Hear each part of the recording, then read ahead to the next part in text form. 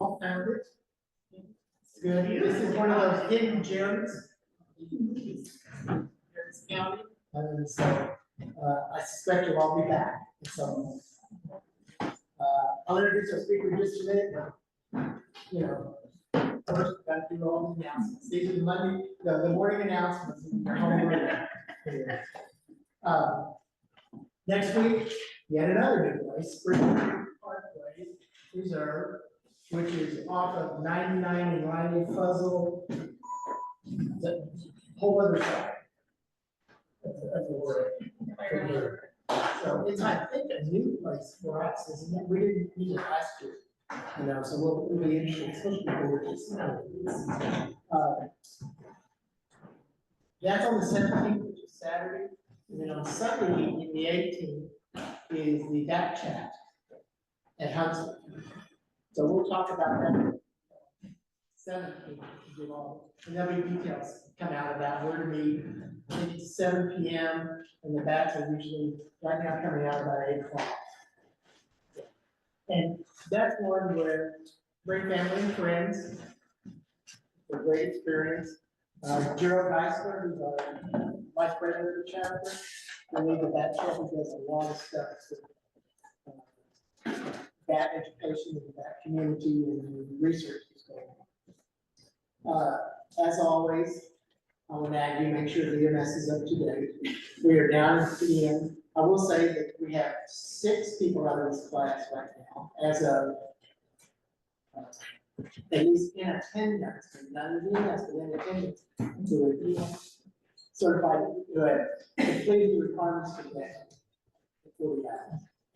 And we have some who completed the requirements to not only graduate, but certified.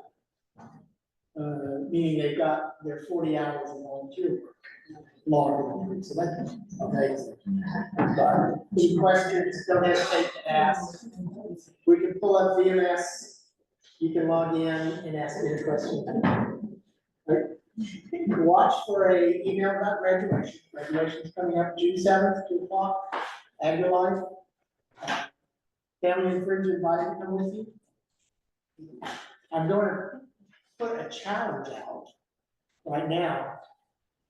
We're gonna hear from Adrian a little bit. Adrian not only is on our board, but does our junior master bachelor's program. They are doing projects and we'll be having them on display at the graduation. So they graduated with, so they can do it. Guarantee you. So maybe not as good as they can do it. That's exactly what I told them. Yeah. Same thing. They will be challenged.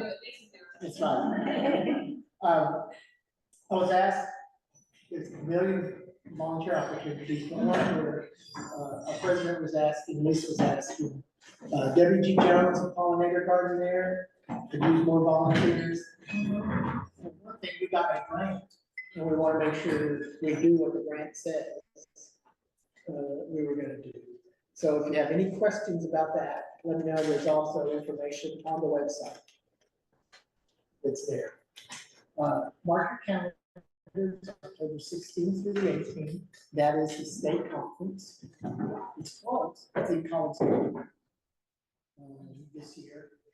I got to go to it one day of it last year. Worth every penny. It is not cheap. I'll tell you, I think registration last year for all 3 days was 400, 375, something. Yeah, it's not cheap. And that does not include the hotel if you plan to stay there. The good news for us is if you live, you know, Woodlands or anywhere north, it's less than an hour drive. Get over there. So it could be a commute kind of thing. There's both classroom sessions, and I am on a committee reviewing all the classroom sessions to see which ones we want to put on the agenda. There's some amazing ones that people have put in proposals to do. So I'm excited. The 16th through the 18th of October, Thursday, Friday, Saturday. Which is the best, if you have to choose one day? Which one would be? It's generally good for field sessions. There's usually a really great field session on Thursday afternoon. There's one Thursday and Friday. I don't know if there'll be one Saturday afternoon, I don't know yet. But the Thursday, in the field sessions, usually you get on a bus and you go somewhere incredible. 2 years ago, it was Hale down in the valley, and they went to the birding, some of the birding areas, and something that people fly into from all over the world, they just hop on the bus. Yes, I guess the Yankees aren't having they'll all get that weekend, that's why it's that nice. That would be the only thing better for me, is if I could go to the conference and then run over and watch the Aggies. Yes, ma'am. Do you have to buy the whole thing as a No. package, or can you pick? You can buy 1 day, 1 day, 2 day, or 3 day passes. And where is that? College Station, College Station. I don't even know the hotel it's gonna be located, they haven't put any of those details out yet.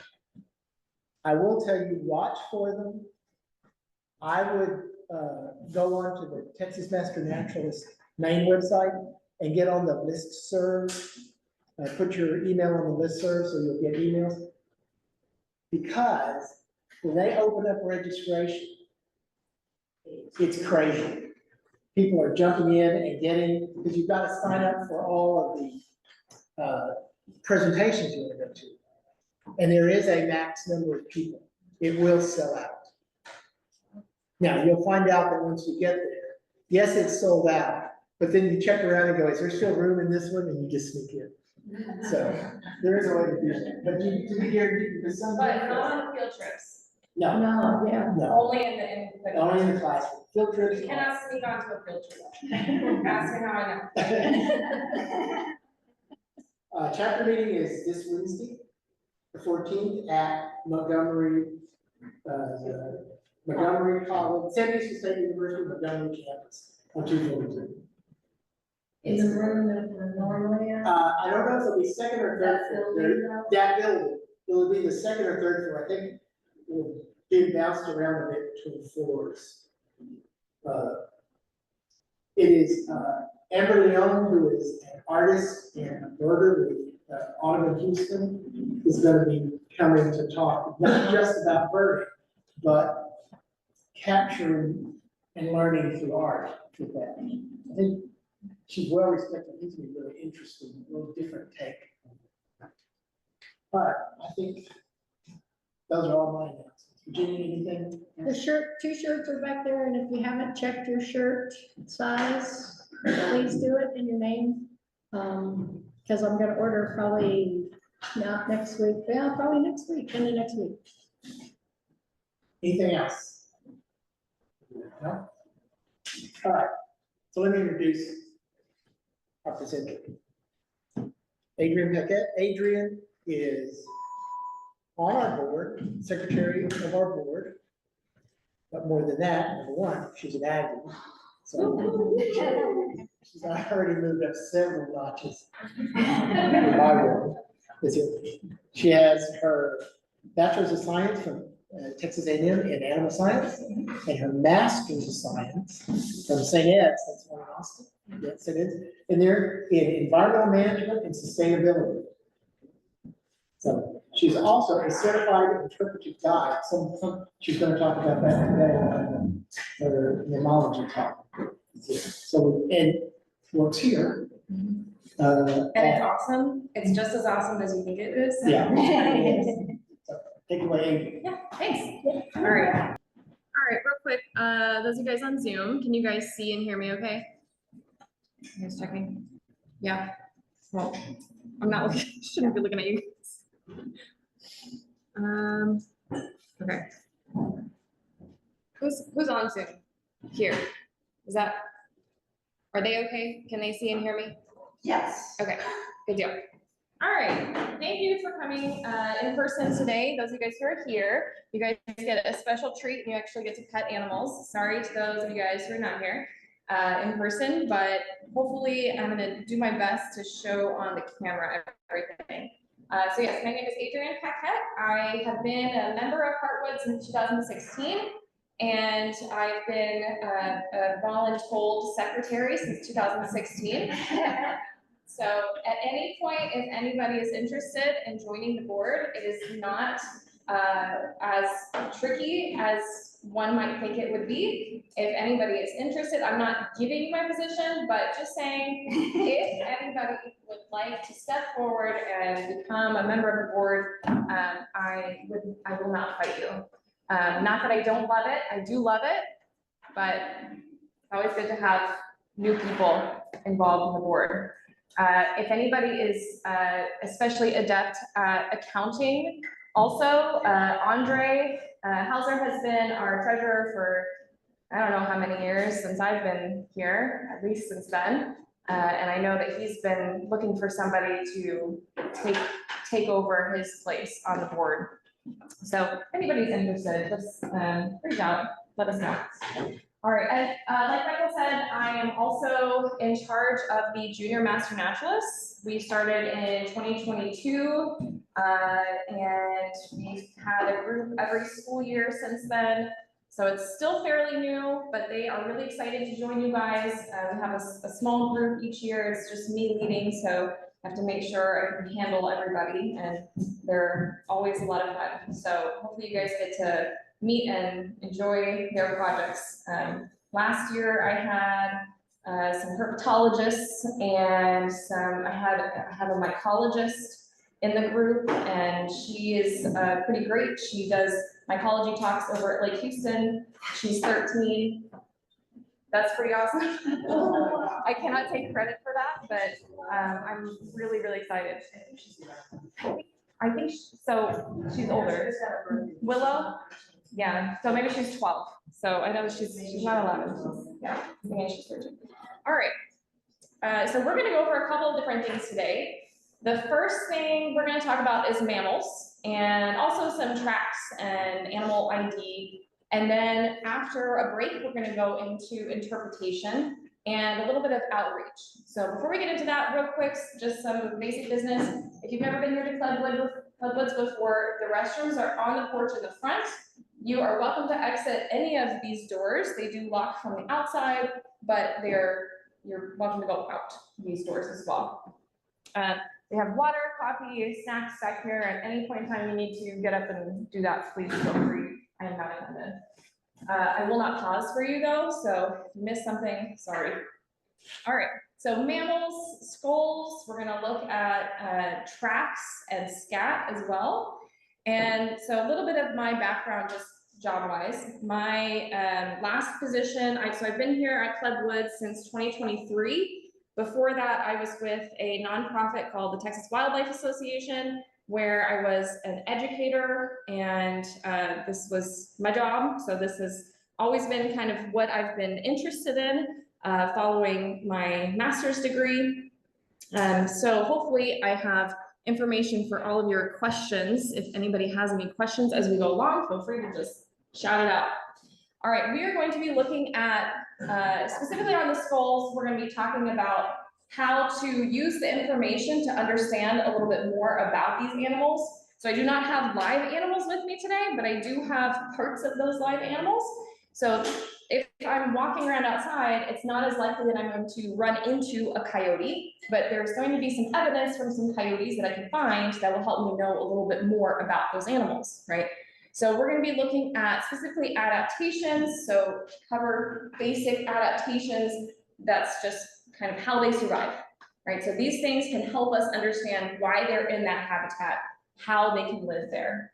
Not only do we have the physical kind of what they look like adaptations, we also have behaviors. Now with these adaptations I'm looking at on their skulls and on their fur, I cannot see behaviors, but there are some ways to understand their behaviors by looking at their physical adaptations.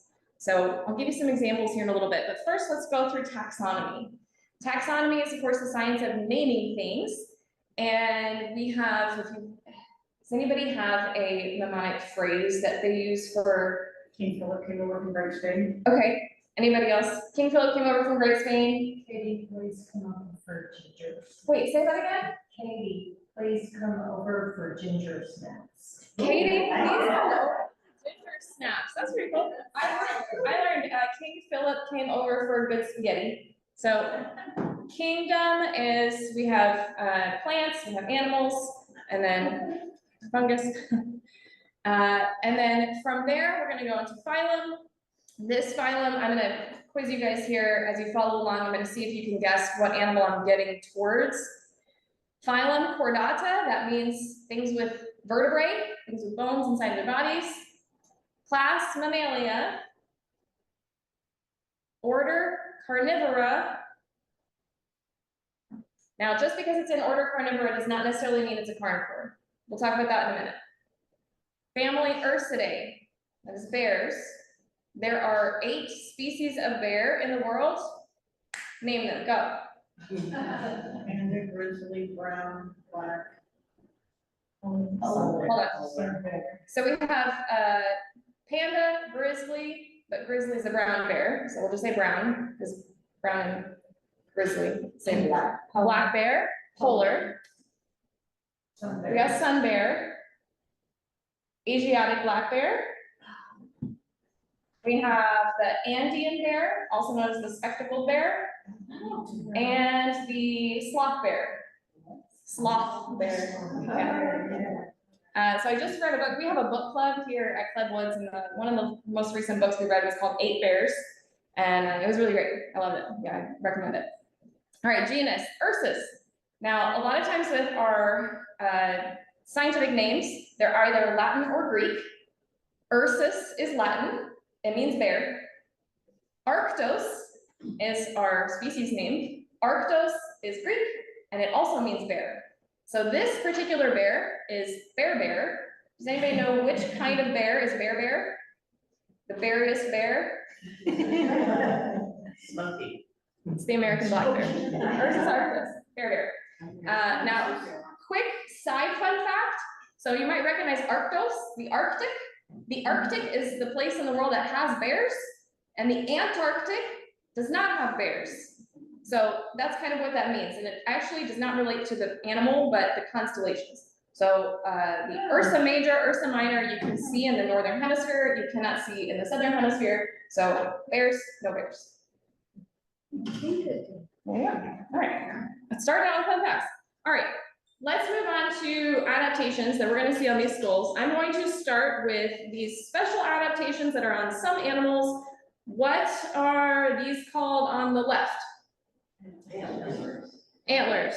What are they on the right? Horns. Horns. Very good. So you already know that there is a difference. Let's talk about it. So on an animal with antlers, so specifically deer, any species of deer is going to have those antlers. That is solid bone. So they grow, they fall off every year, they regrow, and that is, again, solid bone. So, and it is actually the fastest growing tissue of any mammal on Earth. It is pretty cool. The most species of deer, only the males will have antlers. There is one species of deer that the females also grow antlers. Anybody know what it is? Reindeer. Now, the interesting thing about this is the male reindeer will lose their antlers. They shed them in like November, kind of early winter. The females don't lose their antlers until starting in the spring. So if you ever see depictions of reindeer with antlers, specifically talking about Santa and his little reindeer, during Christmas time, those are females. So Rudolph is girl power, right? Leading that sled.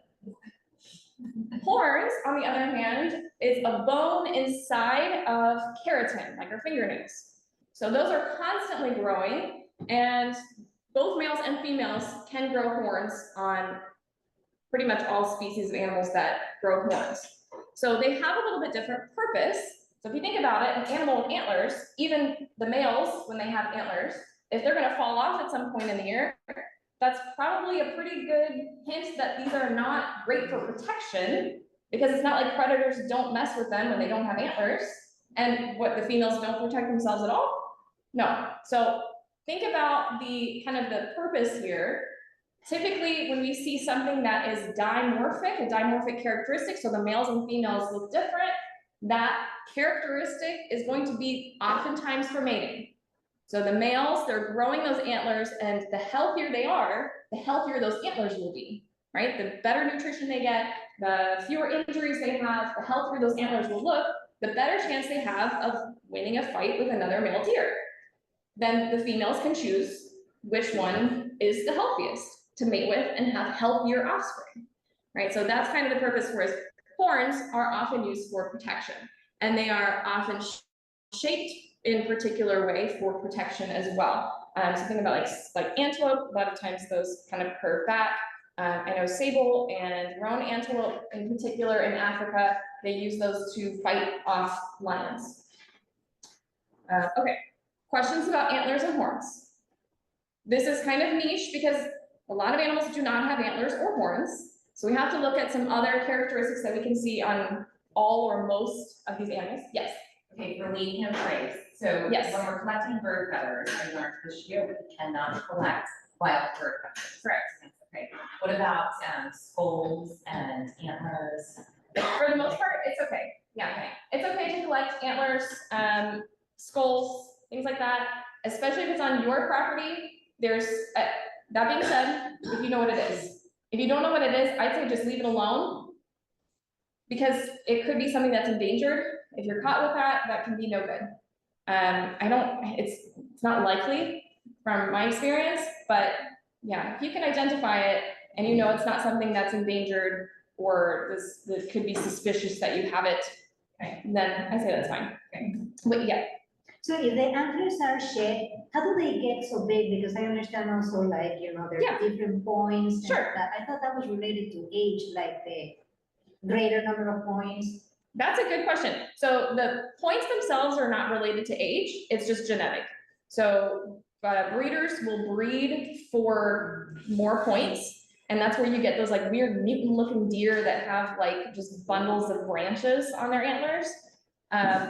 It's really, you can kind of tell the difference in age based on the base of it. So this is a very young stag. This guy has very, very small antlers around the base of it.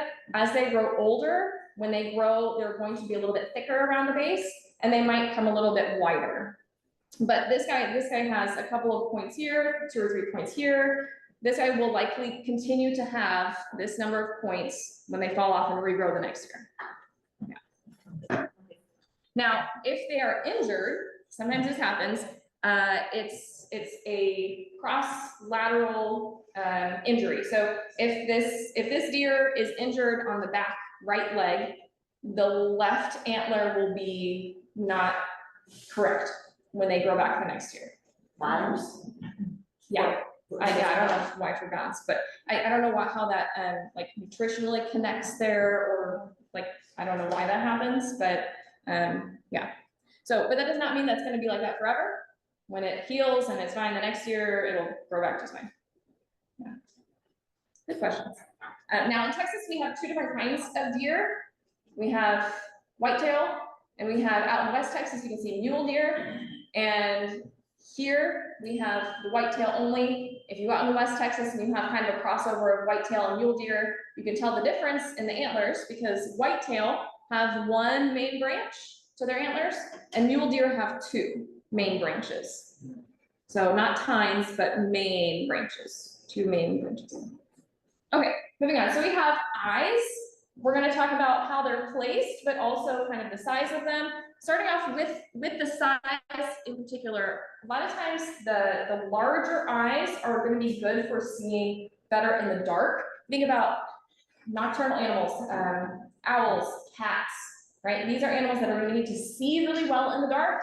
So the larger eyes can collect more light, and they often will have that refractive membrane in the back of their eye that also will reflect more light around in their eye and helps them to see better at night as well. So when you shine your light at a cat's eye in the dark, it has that kind of blue or sometimes yellow reflective light, and that's to help them see better in the dark. This is also, however, what unfortunately freezes deer when they're like deer in the headlights. They're not dumb, they're not just like, ooh, shiny. They're paralyzed, essentially, because that light affects their brain and affects their processing. So when they're blinded, they freeze because they cannot see anymore, so they cannot process any more information. So they're, yeah, not to say that they're smart necessarily, but they're not freezing because they're attracted to the light. They're not moths. How long does that last? Do what? How long does that last? Same kind of thing as when, if you get a light shown in your eye suddenly, it'll fade pretty quickly. And then within, a few seconds, they should be fine. So it's not lasting. Is that one of the reasons there's laws against? Yes, the spotlight. Yeah, that's rude to the deer. No spotlighting to hunt them. Now, this being said, just because it is nocturnal does not necessarily mean it has big eyes. Can you think of a nocturnal animal that does not use its sense of sight as much? Opossums? Bats, opossums, excellent. A what? Mice. Okay, but they will also have larger other things. So think about bats, they use echolocation, they're gonna have larger ears. An opossum is gonna use its sense of smell, has a nice long nose, right? So there are things to kind of compensate for that. So just because it is nocturnal does not necessarily mean it has big eyes, but when I see big eyes, it's probably something that's nocturnal. Now, not to throw a wrench in this, but deer are not nocturnal. They are crepuscular. Anybody want to guess what crepuscular means? Active at dawn and dusk. Dawn and dusk. So what is the word when animals are active during the day? Diurnal, good. So active at dawn and dusk, that might be something that would also need larger eyes oftentimes. So that makes sense for deer. All right, let's look at how the eyes are physically placed on the head, because that may indicate to us if it is something that hunts or it is something that is hunted. For deer, for example, sticking with this guy, this animal is a prey animal, right? We know. So this animal is going to need a really wide field of vision. So with eyes pointing toward the side, this animal has what we call monocular vision. So eyes pointing to the side give this animal a very wide field of vision. If you've ever seen, I wish I had a picture in here of their actual field of vision. Animals like deer, horses, and cattle, they do not see directly in front of them, like right here, but a little bit farther away they can see.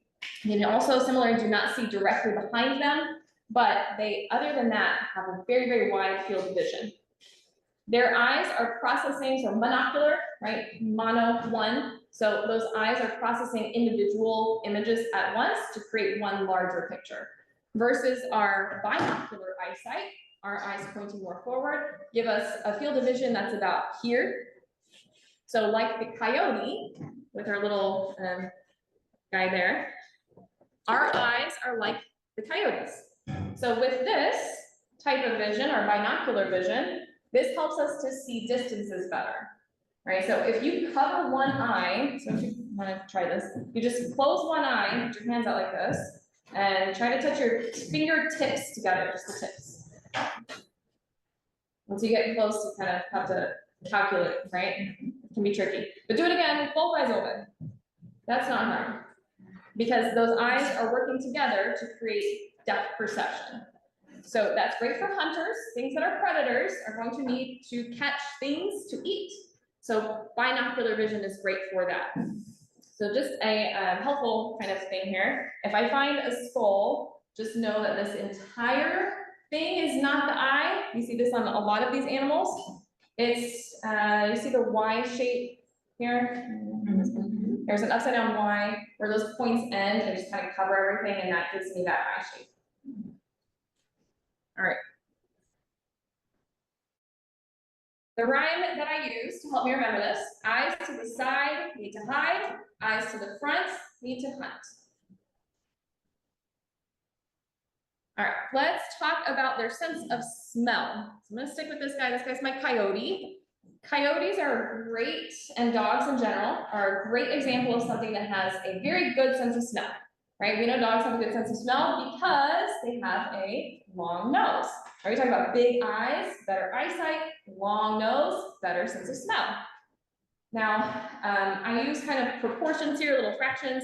So when I say long nose, I'm talking about this animal's nose is about half the length of the skull, okay? If it is something like this animal has a nose that is about a third of the length of the skull, and that's kind of like a medium-sized nose. It's not necessarily a bad sense of smell, it's a decent sense of smell. It's a lot longer than our nose, right? right? Our nose is less than like a quarter or even an eighth of the length of our face. So that nose, the longer it is though, the more sensors, more sensory receptors it has in there, and the better sense of smell it has because it's receiving a lot more information, right? Now, if you would like to enhance your sense of smell, one thing that we can do, so you can't lengthen your nose, unfortunately, but think about animals, dogs, cats even, they have wet noses. And so you can actually, lick your finger and wet around your nose, and it will collect that information and kind of stick it to your nose. So it's not a huge difference, but if you're trying to smell something better, just try it out. So dogs versus cats. Cats are very visual creatures, right? Something moves and they're on it, but they're not using their sense of smell quite as much. So cats have a very flat little face. So this is a good example of something with a short nose, okay? So it's about a quarter of the length of the skull. So just in comparison. So if you find a skull that looks like this, regardless of size, it's likely a cat. Dogs, we have bred to be kind of weird, right? So domestic dogs, the dogs that we use for scent work are going to have a long nose. The weird ones that we have bred to look cute might not have a great sense of smell, right? Don't rely on a bulldog or a chihuahua to go hunt something down by sense of smell. Cats are all pretty much the same because cats were not domesticated by people, cats domesticated themselves. We kind of just accepted it, right? So they have retained a lot of their wild characteristics. Of these 5 pictures, which one do you think is a domestic cat? On the top row, we'll go left to right, 1, 2, 3, 4, or 5 on the bottom. Left, one first. 4, 5. Okay. That one's a bobcat. Middle one is an outline, more than almost double the size. Then Tiger. Lion, domestic cat. Oh, quick question. Yeah. Talking about the smell, I was reading about that gland that the cat have here in the top that allow them to smell better. Yeah. All of them have it. Sure, we have that too. We have that too. It's not as developed as wild animals, for sure. But if you've ever seen, so like a snake, for example, has something called a Jacobson's organ, and it's kind of similar. They're processing that information by putting out their tongue and bringing it back in, and that taste essentially goes into that Jacobson's organ and processes it as a scent in our brain, and that kind of olfactory system. Horses, if you've ever seen a horse like this, they're doing something called a flamen response. So they're smelling something that they've never smelled before, or something that is really interesting, and they want to remember that scent for later. And so when they go like this, it is storing that in that kind of same processing information gland. And then next time they smell it, they know what it is. Yeah. Good. All right, let's talk about auditory bullae. So moving on to their ears, right? We're just basically going through our senses here. We haven't caught on. So on a skull, you're not going to see ears, right? So if you find a skull and you're like, I don't know what this animal looks like, I'm trying to visualize it. One of the best ways to visualize what their ears might look like is to look at auditory bullae. On some animals, it's going to be easier to find than others. So on our skulls, for example, our skulls are more elongated this way. So our auditory bullae are not super obvious. If you find a human skull, I have other questions. So that's not going to be my first. On an animal like, so this is a raccoon. This might be a good visual skull for you guys here. These 2 little bulbs that I'm pointing at, these are the auditory bullae. And in general, the larger these are, the better they can hear, because these auditory bullae actually house some of their inner ear organs. So it makes sense that those inner ear organs are going to be larger in larger auditory bullae. Now, if you see an animal with big ears, we jump to the conclusion that that animal probably has a good sense of hearing. And for the most part, that's true, right? He's those really big ears. And those are like sonar dishes. They're pulling in that information. And we actually, if we're trying to hear something better, what do? Put our hand behind our ear. You're physically making your ear bigger, and that does kind of focus that sound. So, I mean, try it right now. I'm gonna continue to speak in the same level as I'm speaking right now. None of my volume has changed. When you put your hand behind your ear, you're focusing more of that sound to you, so it's going to sound a little bit louder, right? Same kind of idea. On an animal that has larger auditory bullae, it will probably have larger ears. That's usually the case, okay? So if it has very small auditory bullae, it will likely have very small ears. This guy, for example, this is a skunk. Skunks do not have very large ears. Look at that cute little guy. They do not have large ears. They do not rely on their sense of hearing. You can sneak up on the skunk pretty well. I don't recommend it. Because they do not rely on their sense of hearing for a lot of their senses. You might also see though that skunks don't have really big eyes either. So they're not relying on their sense of sight. They have kind of a medium-sized nose. So it seems like this guy sounds like he's at a disadvantage for predators sneaking up on him. But there's a physical adaptation that skunks have that make predators stay away. What is the first thing that you see when you see a skunk? The stripes, right? These are loud warning colors. So this tells a predator, stay away. So they don't necessarily need to rely on sense of smell or sense of sight or sense of hearing to worry about predators. They're going to be using their senses more for digging around, looking for insects and other things underground. All right. Speaking of which, actually, just a note on skunks. Skunks do not walk around being smelly. They're not necessarily something that you smell before you approach them. If you think you're walking around and you think you smell a skunk, something may have frightened the skunk, but sometimes you're actually just smelling foxes. Foxes walk around being smelly like skunks. They smell really bad. And that helps them to mark their territory. So you smell something that smells like a skunk, it might not be a skunk, it could be a fox. All right, moving on to teeth. Now, starting off, so we're gonna talk about three kind of main teeth that we have. Starting off in the back with our molars. These are going to tell me a lot of information actually. So all of these animals are going to have molars. All of the animals, I'm trying to go through my mind real quick, so I don't mind you guys. All of the mammals native to Texas should have molars. Now they look different depending on what they eat. There are some mammals that do not have molars. There are some mammals that do not have teeth at all. Can anybody guess what kind of whales? And anteaters.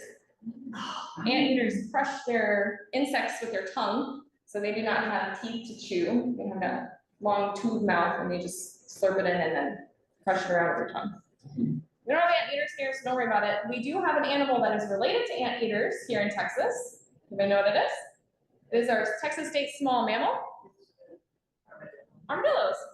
Yeah. So their teeth are a little funny too. Do not unfortunately have an armadillo skull. I think we have one in the young naturalist room, so you can look at that. Their teeth are kind of funny. They're animals that eat a lot of insects, and you'll see this on animals that eat a lot of insects. Their teeth might be a little bit different in general. They might have a lot of teeth. They might have kind of nubby teeth, and those teeth are, and think about bats even. Sometimes bats look like they have really, really sharp teeth, and those teeth are really great for punching through very tough insect exoskeletons. That's a very hard thing for nutritionally for us to process through our bodies. So they want to be able to crush it really, really well. So those teeth can be helpful for that. But those are very odd teeth. For the most part, you're going to see molars that look either like this, or I don't have the best one here. Or molars that look like this. So this is our bobcat, and all of our carnivores, strict carnivore molars, will be very, very sharp, all of them. Okay, so talking about strict carnivores, so dogs are not carnivorous. They are in the order carnivora or carnivora, but they are not strictly carnivorous. If you've ever given your dog blueberries, my dog loves bananas, she can process those through her digestive system. If you give a cat a blueberry, it can physically put it in its mouth, crush it, swallow it. It will not digest the same way. It might give them a little diarrhea because they do not process that plant material. So this is why you cannot give a cat dog food. You can give a dog cat food, you cannot give a cat dog food. So on our molars for animals that eat plants, some or all of their molars will be like ours. So if you take your tongue and feel your molars in the back of your mouth, you feel that little dip in the middle, a little spot where Cheetos get stuck. That's the kind of shape we're looking for an animal that eats plants. I am going to go ahead and pass this guy around. So let's take a closer look at that. Just pass this way and then back up here. So on some animals like dogs, for example, they have some of these premolars are going to be very, very sharp. And then the ones in the very, very back have that dip in the middle. Okay, so I'm gonna pass this around at the same time. You guys can kind of see that.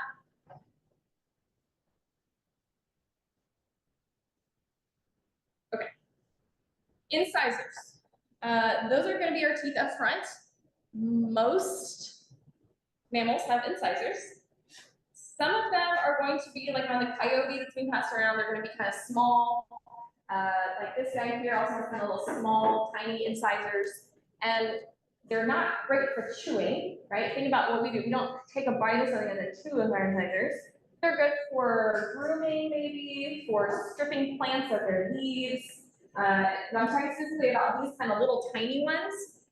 When we look at what is the largest group of mammals? So the mammals with the most species in it. And the most individuals. Rodents. Rodents' incisors are going to be a little different. So on something like does anybody know what this one is? It's hard to tell without sense of scale. Beaver. Beaver is the largest rodent native to North America. They're going to have those big incisors. What do beavers eat? Trees. If you need to chop down a tree with your teeth, they're going to need to be very strong. On our rodents, this is a squirrel. We're going to have the same teeth, just a little tiny. They're very hard because of that orange stuff on the front. It's not like they haven't brushed their teeth in a while. That's iron that's growing on the front of their teeth. And that iron makes those teeth really strong, so they can continue to chop down trees, chew through acorns, raid olive seed, which they do here. Where does the iron originate from? Um, Them, or is it from what they eat? Oh, it's from them. Yeah, it's just something that's in their body. Their plant matter does not have a lot of iron in it, so it's just something that's produced in their body. It's in our blood, so that makes sense, right? So that's why it looks rusty. It's just oxidized iron on their teeth. Okay, I have a side story. I look back at this and I feel like, was I dumb for asking this question? I was at my dentist a few years ago, and I have a well at my house, and I have high iron content in my well water. And I do not drink my well water, but I rinse after I brush my teeth, I rinse with it. So I was like, hey, will my teeth get stronger like a beaver's if I have iron in my water? I still don't know the answer to that question because he looked at me like this. And then he goes, let's get her a better prescription for different fluoride toothpaste. So the tech, and then like said nothing else about it. So if anybody has an answer, I still would love to know. All right. So real quick on these two different animals that we find here in Texas. They're both rodents. One is native, one is not. You might have seen nutria before, and from a distance, if you don't see the tail, you might think it is a beaver. The tail is going to be a little bit more of that rat tail. Nutria are invasive. They were brought here for part of the fur trade. and they escaped, and now they are invasive. And the reason why we prefer beavers over nutria, it seems like they serve the same ecosystem function, but they do not. Beavers will create prairies. Prairies are great. They also will make dams that slows the flow of water and creates better habitat for fish and other things that make their lay their eggs in water. Whereas nutria are eating fresh springs, so they prevent the change of an ecosystem, essentially. Yeah. It was interesting, I was in Patagonia, and the opposite is happening over there. Interesting. A beaver that can travel, nutria is from Yeah. Argentina. Yeah, So nutria they're from, there. yeah, somewhere. And the beavers are doing the opposite. Yeah. They're trying to trap them, they Now, we also try to trap beavers here in North America. Sometimes they can become a nuisance if their population is not kept under control by natural predators, which we have hunted a lot of, so that makes sense. Sometimes they just cover the sound of water, even if it's not actual water. So they did studies on like why are beavers making dams, and the scientists just put up a speaker next to a pond with the sound of running water, and the beavers just went and covered up the speaker. So they just don't want to hear the sound of running water. Say again, that the nutria doesn't change the. Right, they're not changing, they're not helping they're patting down the water and not helping to create those ecosystems the way beavers do. Beavers are great ecosystem architects. They're cutting down old trees and creating ponds and lakes. And then nutria are cutting down new sprigs of plants, and they're not actually helping anything.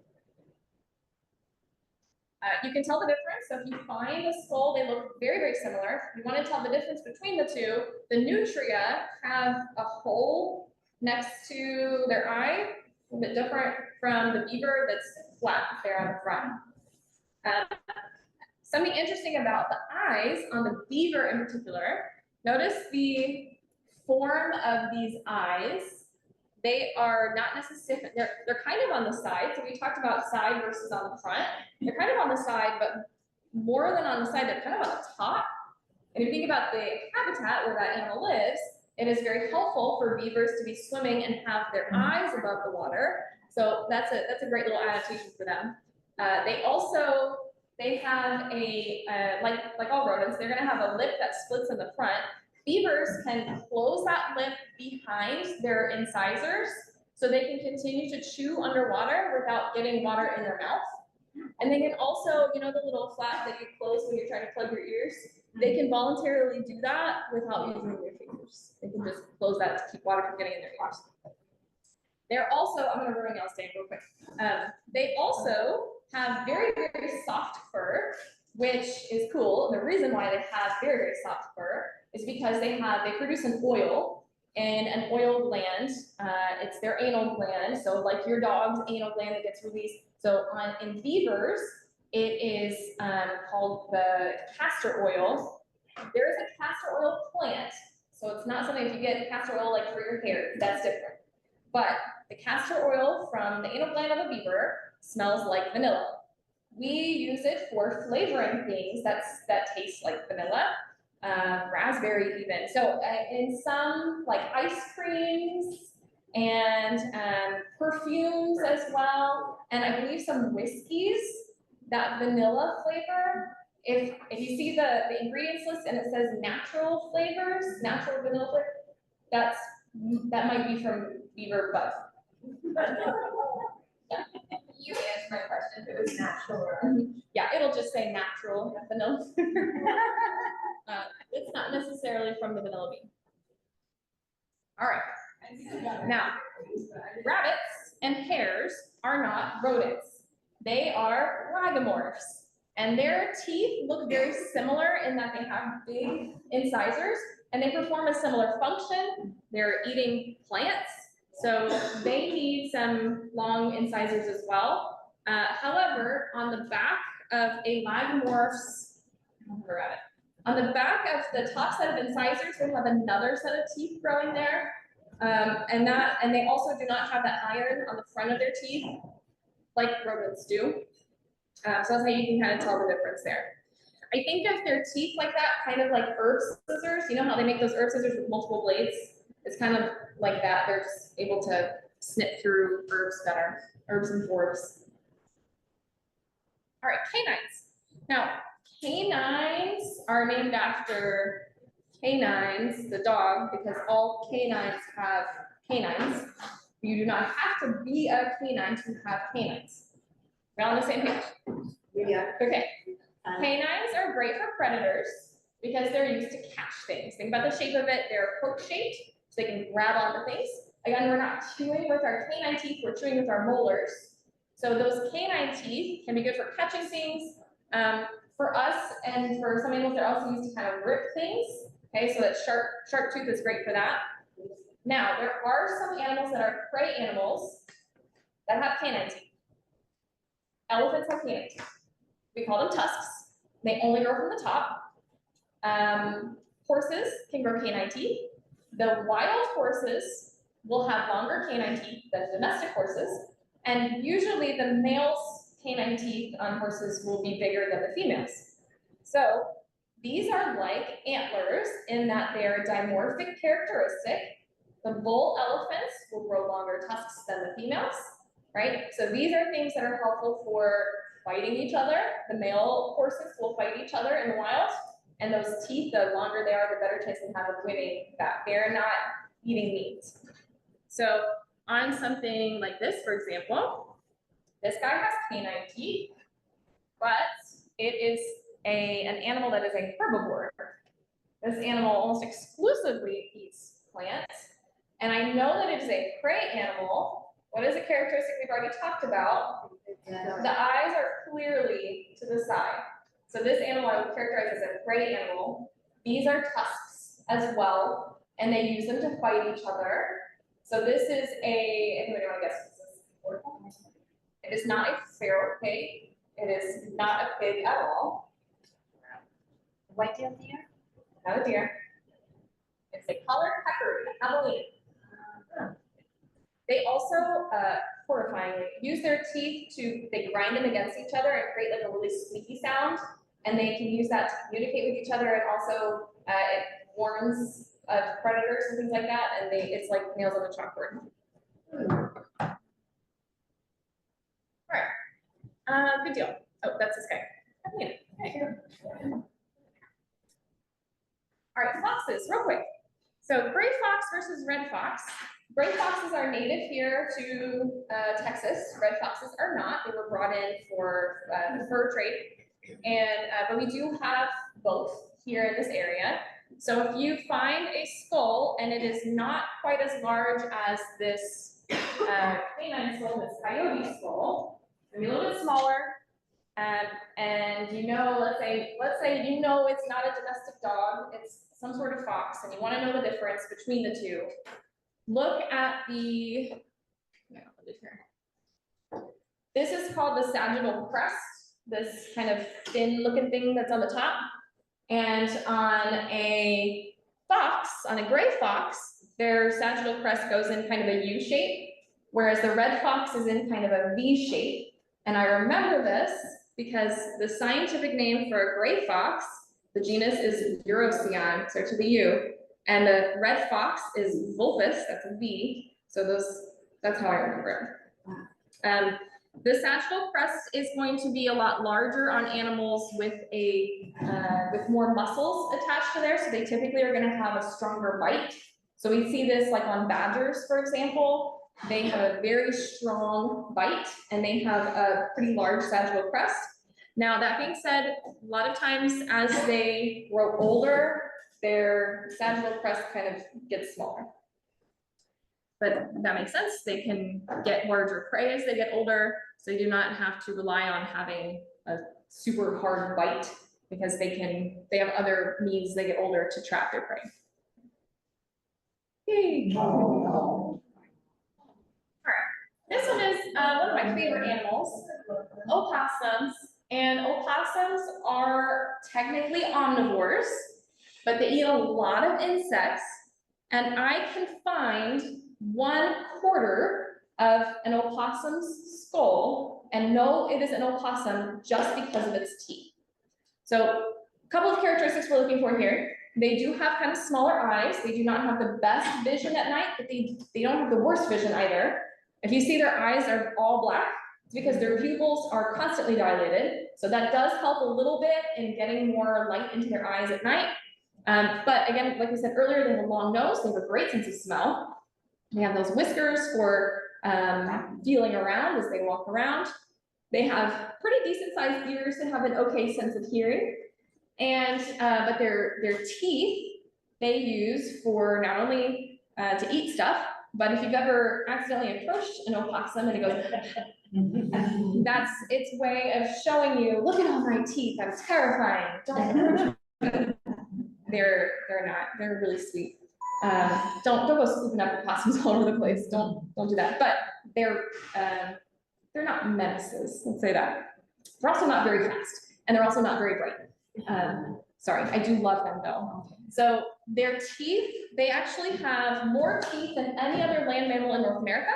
They have, an adult will have 50 teeth. So if I find 1/4 of their bottom jaw, and I count, I can total that up and guess that that is an opossum.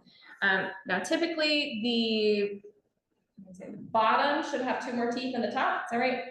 1, 2, 3, 4, 5, 6, 7, 8, 12. No, the top will have 2 more teeth than the bottom. So the top will have 26 teeth and the bottom has 24 teeth. So 50. Yeah, there's vision knowledge. Yeah. Okay, I'm going to bug you guys about opossums real quick. And the word opossum specifically is opossum. We have opossums here in North America. Possums live in Australia. They're different. They are both marsupials. So after Mama gives birth, her little joeys will crawl into her pouch, and that's where they get the milk for the first 2 to 3 months of their life. They are stuck there. So if you ever see an opossum, unfortunately get hit by a car, and you happen to be in a place where it's safe to go out and check to see if she has babies in her pouch, just know that they cannot get out. You have to pluck them off like little grapes. And then you can take them to a wildlife rehabilitation center. Closest to here is going to be Friends of Texas Wildlife. They take animals from Walker, Waller, and Montgomery counties. So I volunteer there also, by the way, if anybody is interested in learning about how to volunteer with wildlife, I'd love to answer your questions on that. Anyway, do what? They have to be tube fed because they're stuck there. They do not have a suckling reflex like most mammals do as babies. So the milk is just dripped down their throat. She typically on average has 13 nipples. So if she has 13 nipples and 14 babies, the slowest one ain't gonna make it, sorry. Because they will latch on and they get stuck there for those couple first months. After that, they will crawl onto her back and they hang out with her for another couple months while they learn how to be opossums. And she can have all 13 of them hanging on her back as she walks around. She does not know how to count. So if one falls off, you're on your own. After those couple of months, when she decides, y'all are getting too much, I cannot feed you any longer, she will shake them off or scrape them off under a branch. It's like, get out of here. Opossums are great. They do not live very long in the wild. So if you have an opossum that's been hanging around your house for the past couple years, it might die soon. 2 years is like old for opossums in the wild. Like, and not just because they get eaten at 2 years old, they start to get like arthritis at 2 years old. They age very quickly. Yeah. But great things about opossums, they are, for the most part, immune to rabies. They're immune to Lyme disease. They eat a lot of insects, like I said earlier, that includes cockroaches, thank you, and ticks. And because they're immune to Lyme disease, if that tick has Lyme disease, they have essentially eliminated that Lyme disease. They have game cameras. I've seen evidence of them crawling onto a deer at deer feeders and to eat the ticks off of them. And the deer will happily let them do this. But again, they are not bright animals. They do have defenses that help them to survive. One of those is, of course, playing possum. They are, and as in playing possum, I do not like that phrase. They are not playing, they are not possums also, right? They're opossums. But playing opossum doesn't sound as good. They essentially faint. This is an involuntary response to stress. This can occur for like 3 hours at a time. So if you see an opossum, if you approach it and it goes, and you think it's dead, leave it, don't put it in your trash can. Okay, I have heard so many people putting them in their trash can and then a few hours later coming out and hearing an opossum like trying to get out, or happily eating your trash. So just leave it, unless it is on the road. If it's on the road, I will typically get out and I drag them off because it could still be alive, it's just fainted, and their body temperature gets a little bit lower, so they might even feel cold. Their heart rate slows down, and they emit a really stinky scent. This is all to try to convince a predator that they are dead, because most of the time, predators do not want to eat something that is already rotten. You don't want to get sick. The exception, of course, is vultures, and I have seen an opossum running across the field with a black vulture chasing it, and the opossum's like, I'm not dead. But I know it was probably dead or, playing dead earlier, and it was. And the muscle is hard because it happened to me. I got out of the car to check Yeah, no, the cow, and it was hard. no, rigor mortis will happen separately. Yeah, that's dead. Yeah. That happens a few hours or a number of hours after that. Yeah. All right, opossum.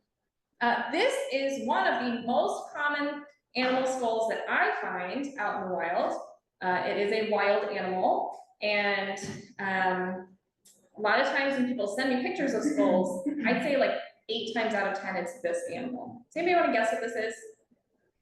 They have kind of medium-sized eyes, little medium-sized nose. They are omnivores. They're about this big.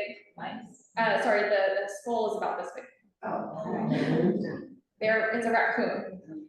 And these animals have kind of medium everything on their skull. And I know fairly quickly that it is a raccoon. Now, there is some context. We're going to talk about context here in a minute. When you send me something, if you ever text me or email me a picture of a skull, I need to know a few other things besides their eyes, their nose, their teeth. Okay, we'll talk about that in a minute. So raccoons, if you find a skull and you would like to keep it, there are a few different methods to do that. Some people will keep domestic beetles. If you are interested in finding a lot of skulls and cleaning them, then go for it. Domestic beetles eat meat, so they will pick clean a skull. Another good way is to boil it. You can use hydrogen peroxide, or I would not recommend bleach. It kind of makes the bones brittle, but hydrogen peroxide is good to help to kind of whiten the skull. Now these skulls that I was passing around, these are bone clones. These are not real. This one is real, so this is probably about as white as you're gonna get it, as clean as you're gonna get it. Another thing that people typically do is you find a skull and you go put it in an ant pile and they'll pick it clean. And then from there, then you can take it and boil it. I would say leave it out of the sun. Make sure it's not in the sun. The sun will bleach it and make it brittle and dry and age it very quickly. How long is that process? Depends on the size of the skull. So, and it depends on how much is left on it. So for example, for the ants, you mean? Mm-hmm. Yeah, it might take a day, it might take a week. It depends on the size of the skull, how much meat is left on it, and then, yeah. All right, photographing skulls. If you want to send me a picture of a skull and say, Adrian, what is this? I found this at my house, or wherever.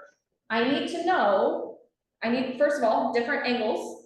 I would like to see the nose, I would like to see the eyes, I would like to see even the auditory bullae. The teeth are important, whatever's available, I need to see it, even if it is a portion of a skull. Teeth, right? Oh, I said that. Place, I need to know where you found it. If you found it in Mexico, that's a completely different story from finding it in Houston, right? Sense of scale. This is so important, right? When we were looking at these, I was like, what is this? That's hard to tell without a sense of scale. I'm gonna tell you a story.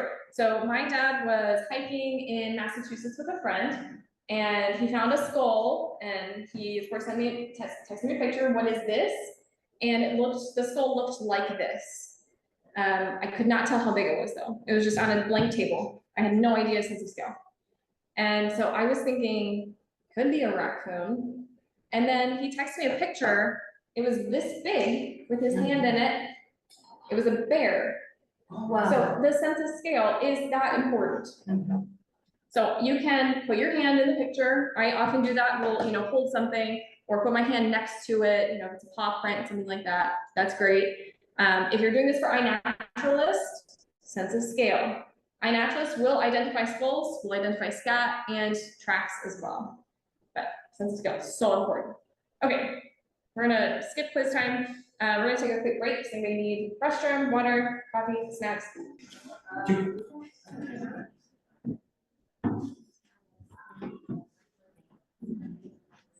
All right, we are going to go over some other animal tracks and signs. It is not very common that I find a skull, but it is very easy to find tracks and other signs of animals. So we will talk about when and where to find these signs, some common tracks and scat and things to look for to identify those, and other tips on how to stalk animals. Creepy as it sounds, stay with me. All right, one of my favorite words is ecotones. Ecotones are the in-between things. So it's an in-between state of not only seasons, but also places. So the most common place to find tracks and other signs of animals will be those ecotones.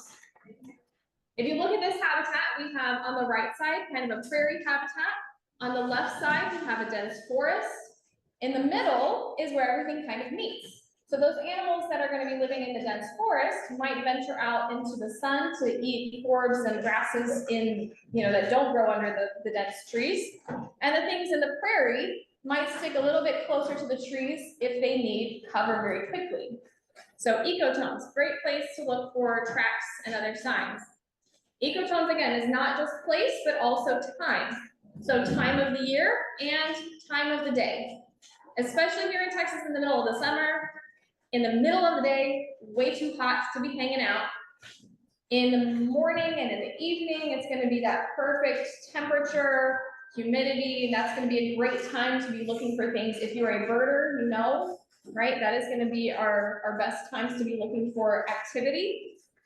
Spring and autumn, those are our migration times. So those are going to be the best times to be seeing movement around, especially around bird feeders, as well as water, as well as looking for food. Those animals in the autumn are going to be stocking up for the winter. Those animals in the spring are going to be fattening themselves up after a long winter. So those are kind of the best times and places to be looking for things. If I'm looking for tracks, the best place, of course, is going to be near water. All animals need water, so they're going to go down to the water, and we will find many different tracks from many different animals going down to, especially a place that is constant water. But if I find even a puddle or a place that is like fluvial, it gets wet sometimes, those animals are familiar with that, and they will, especially during a drought and you get a rain and you get a little puddle, you'll find a lot of little raccoon hands there. Oh, trail crossings. Especially animals that are territorial, bobcats, foxes, coyotes, they will leave their signs, they will be trying to mark territory where trails cross. And I'm talking about people trail crossings, but also animal trail crossings. So deer make those, little deer paths, little rabbit paths. Other animals will be using those paths. So look for those and look for those crossings, those common areas of use. All right, we're going to talk about different tracks themselves, including not only the footprints, but also how they move. So footprints, starting with toes. So in animals with hooves, we have the most common, FYI, these are all kind of this area. So the most common animals we find with hooves, here would be deer and feral hogs. Deer have a little bit pointier hooves, and Hogs are gonna have a little bit rounder hooves. Either way, they are pointing in the direction that they're going. Our 4 toes, front and hind, so same on front and back, be dogs and cats and rabbits. 5 toes, front and hind, we're gonna see skunks, opossums, raccoons, and beavers. That's 5 toes on front, 5 toes on hind. 4 toes on the front, 5 toes on the hind is gonna be most rodents. So remember, beavers are rodents, but they're in that other little category. It's a little bit different. All right. Same thing with when we're looking at skulls. Sense of scale is going to be important. So we'll look at that here in a minute. But also we need to look at the gait, the way that they track. So with cats, as well as with gray foxes, they are animals that can be arboreal, they can climb. And with animals that can climb, they need to have a good sense of balance. So they do what is called walking in register, meaning their back foot exactly replaces their front foot.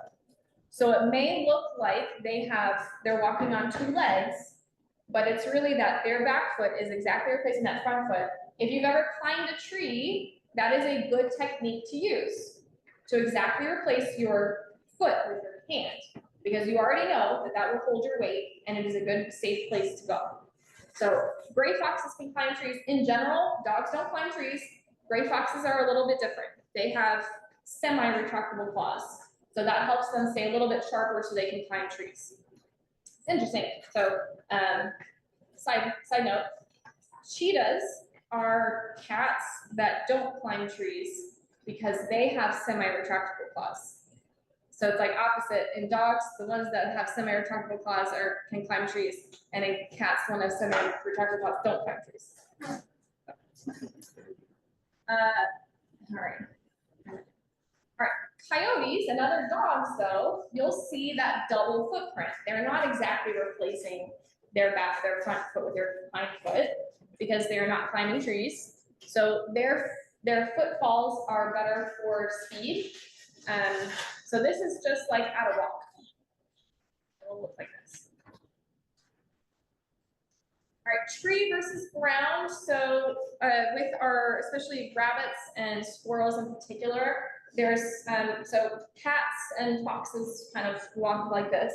When we see a squirrel and rabbits, they hop, right? So our squirrels are going to put their hands, kind of their front hands, a little bit like this, very close together, and then they use their back feet and they'll kind of go like this.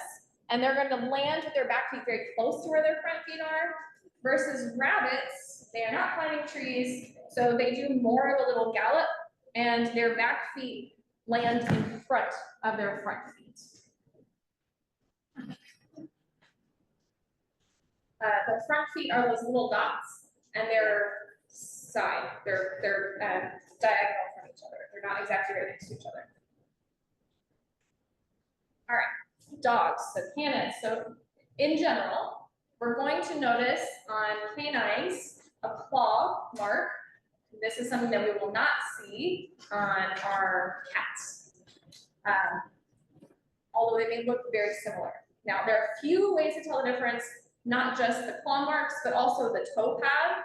So on a dog, the toe pad, notice the middle toes are taller, I guess, than the side toes, okay? We'll look at cats here in a second. On the bottom, this just shows you the difference in size between these 3 animals, just kind of generally. So if you see a dog footprint that looks like the size of a German Shepherd, if there are no human footprints next to it, that could be a coyote footprint. So just notice those other tracks as well.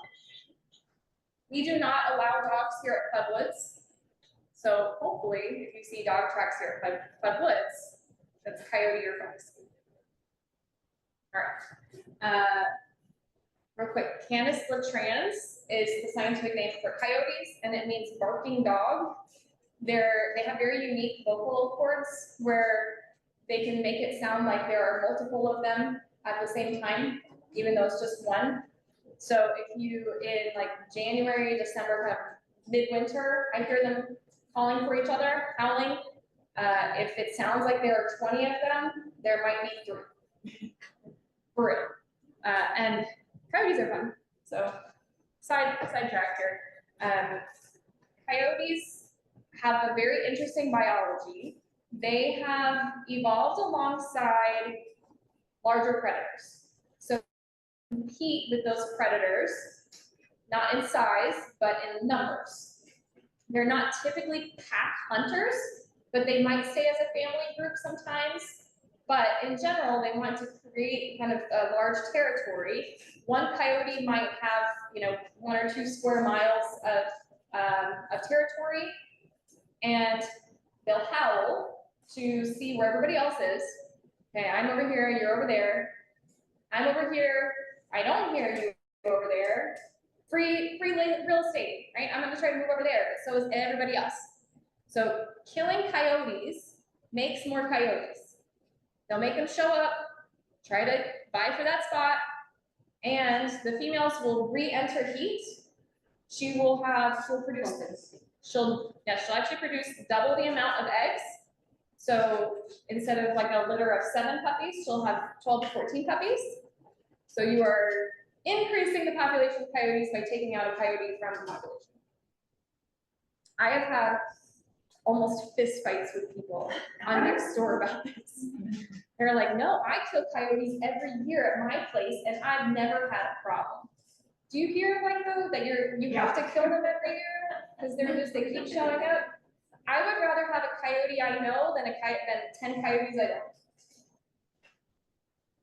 don't. So on coyote scat, you might see hair. This looks like fairly fresh coyote scat. When it gets older, it will start to turn a little white oftentimes, and that is like the bone and the calcium from their diet. You will also notice it looks like dog food, right? Same as your dog. It ends in kind of a taper tail. The foxes are a little bit more of a plant eater. They're more willing to search out plants than just trying to get the most meat as possible. So in a fox, you might see more seeds in it, but similar shape, similar size, maybe a little bit smaller. The most common places I see these will be in the middle of a trail, especially in the middle of an intersection where 2 trails come together. Bobcats and mountain lions. We don't have to worry so much about mountain lions here. If you see a very large mountain lion track, so this is, notice, a little larger than 4 inches. That is huge. You would notice, you're gonna be like, holy cow, that is a huge cat. Notice how they're, instead of being shaped like this, like the dogs, their footprint is a little more rounded.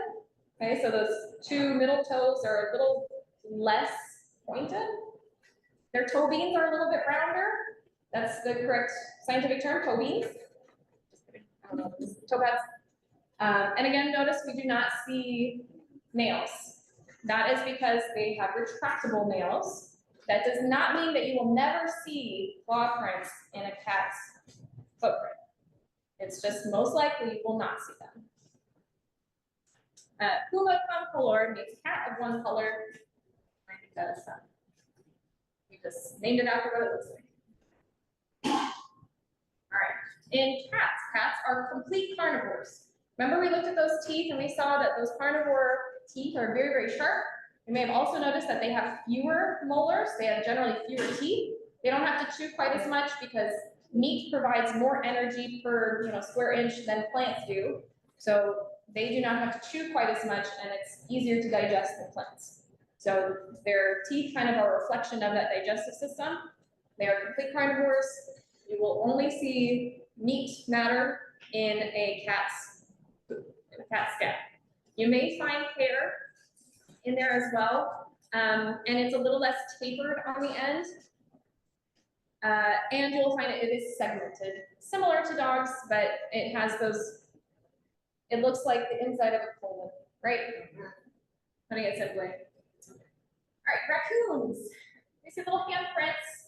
Now their back feet are a little bit different from their front feet. Their back feet are a little bit elongated, but they have those, again, it looks like little handprints. You may not always find the full back foot. Sometimes they're, just more on their toes a little bit as they're reaching for something. They do not have opposable thumbs, so they cannot grab things. I know we think of raccoons as very smart, and they kind of are, but a lot of that comes from trial by error.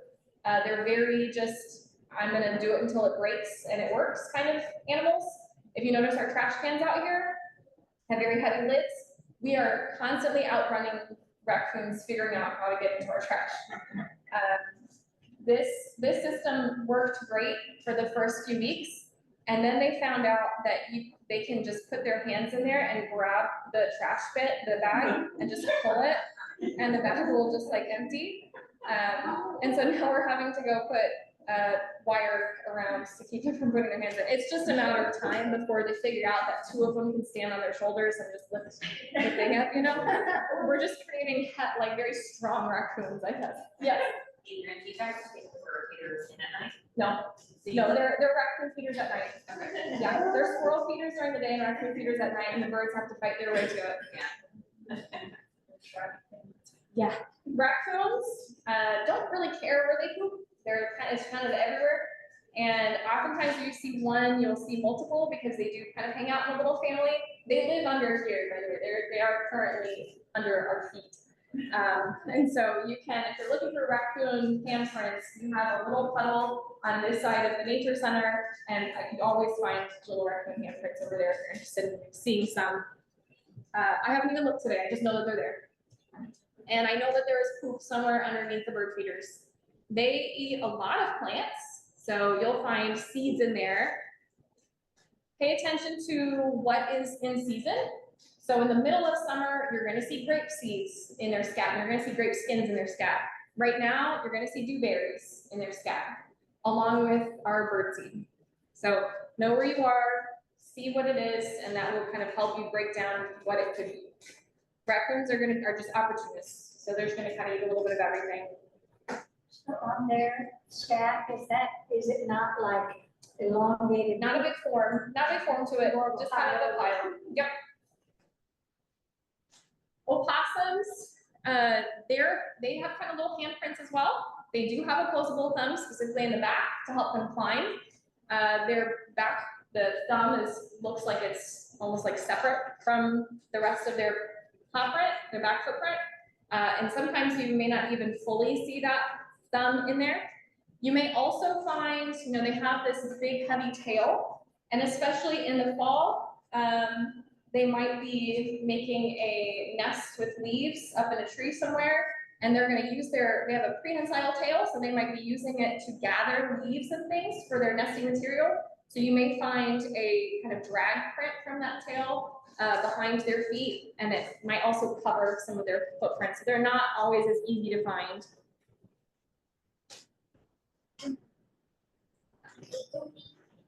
How many babies do you see here?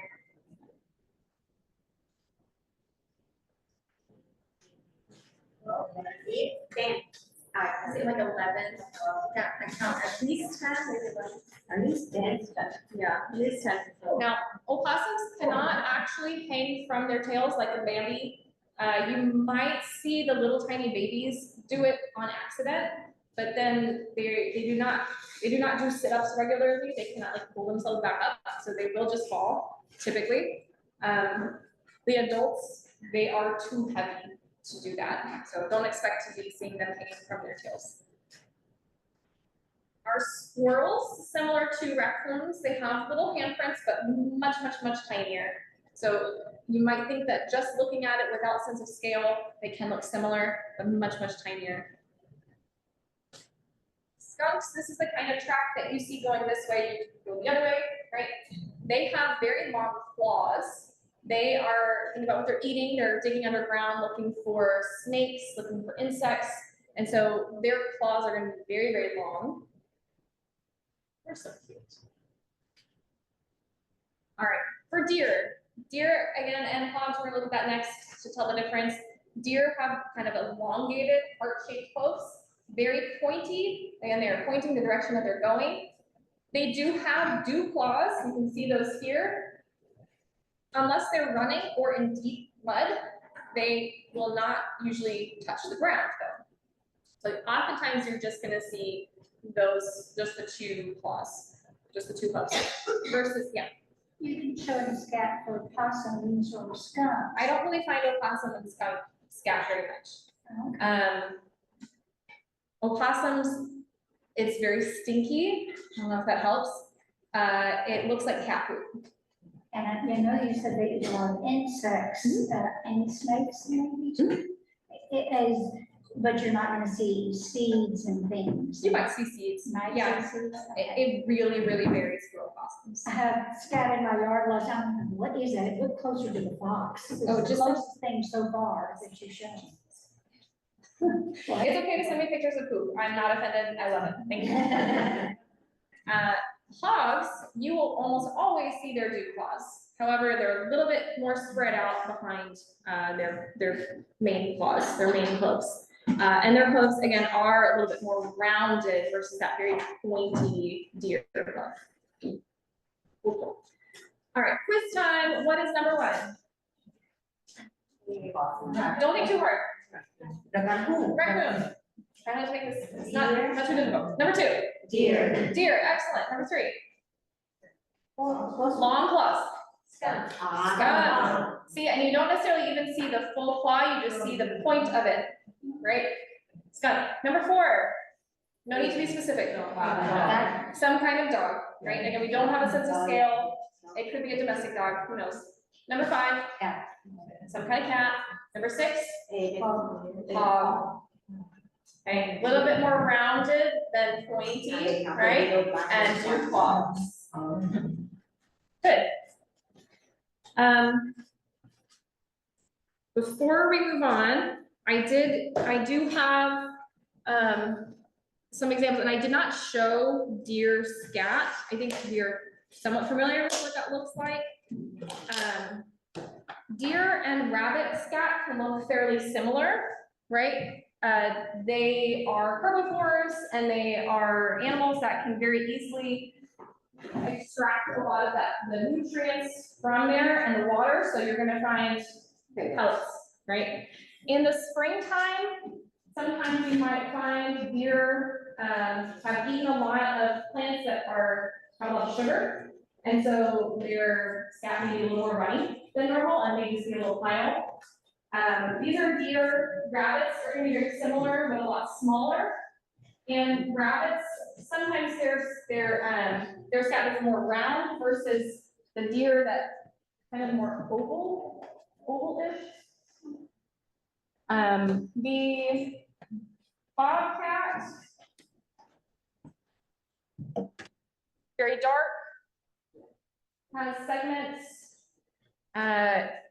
not tapered like the coyote, right? Coyote turns white, hardens as it gets older. Calcium. Do what? Because calcium. Because of calcium.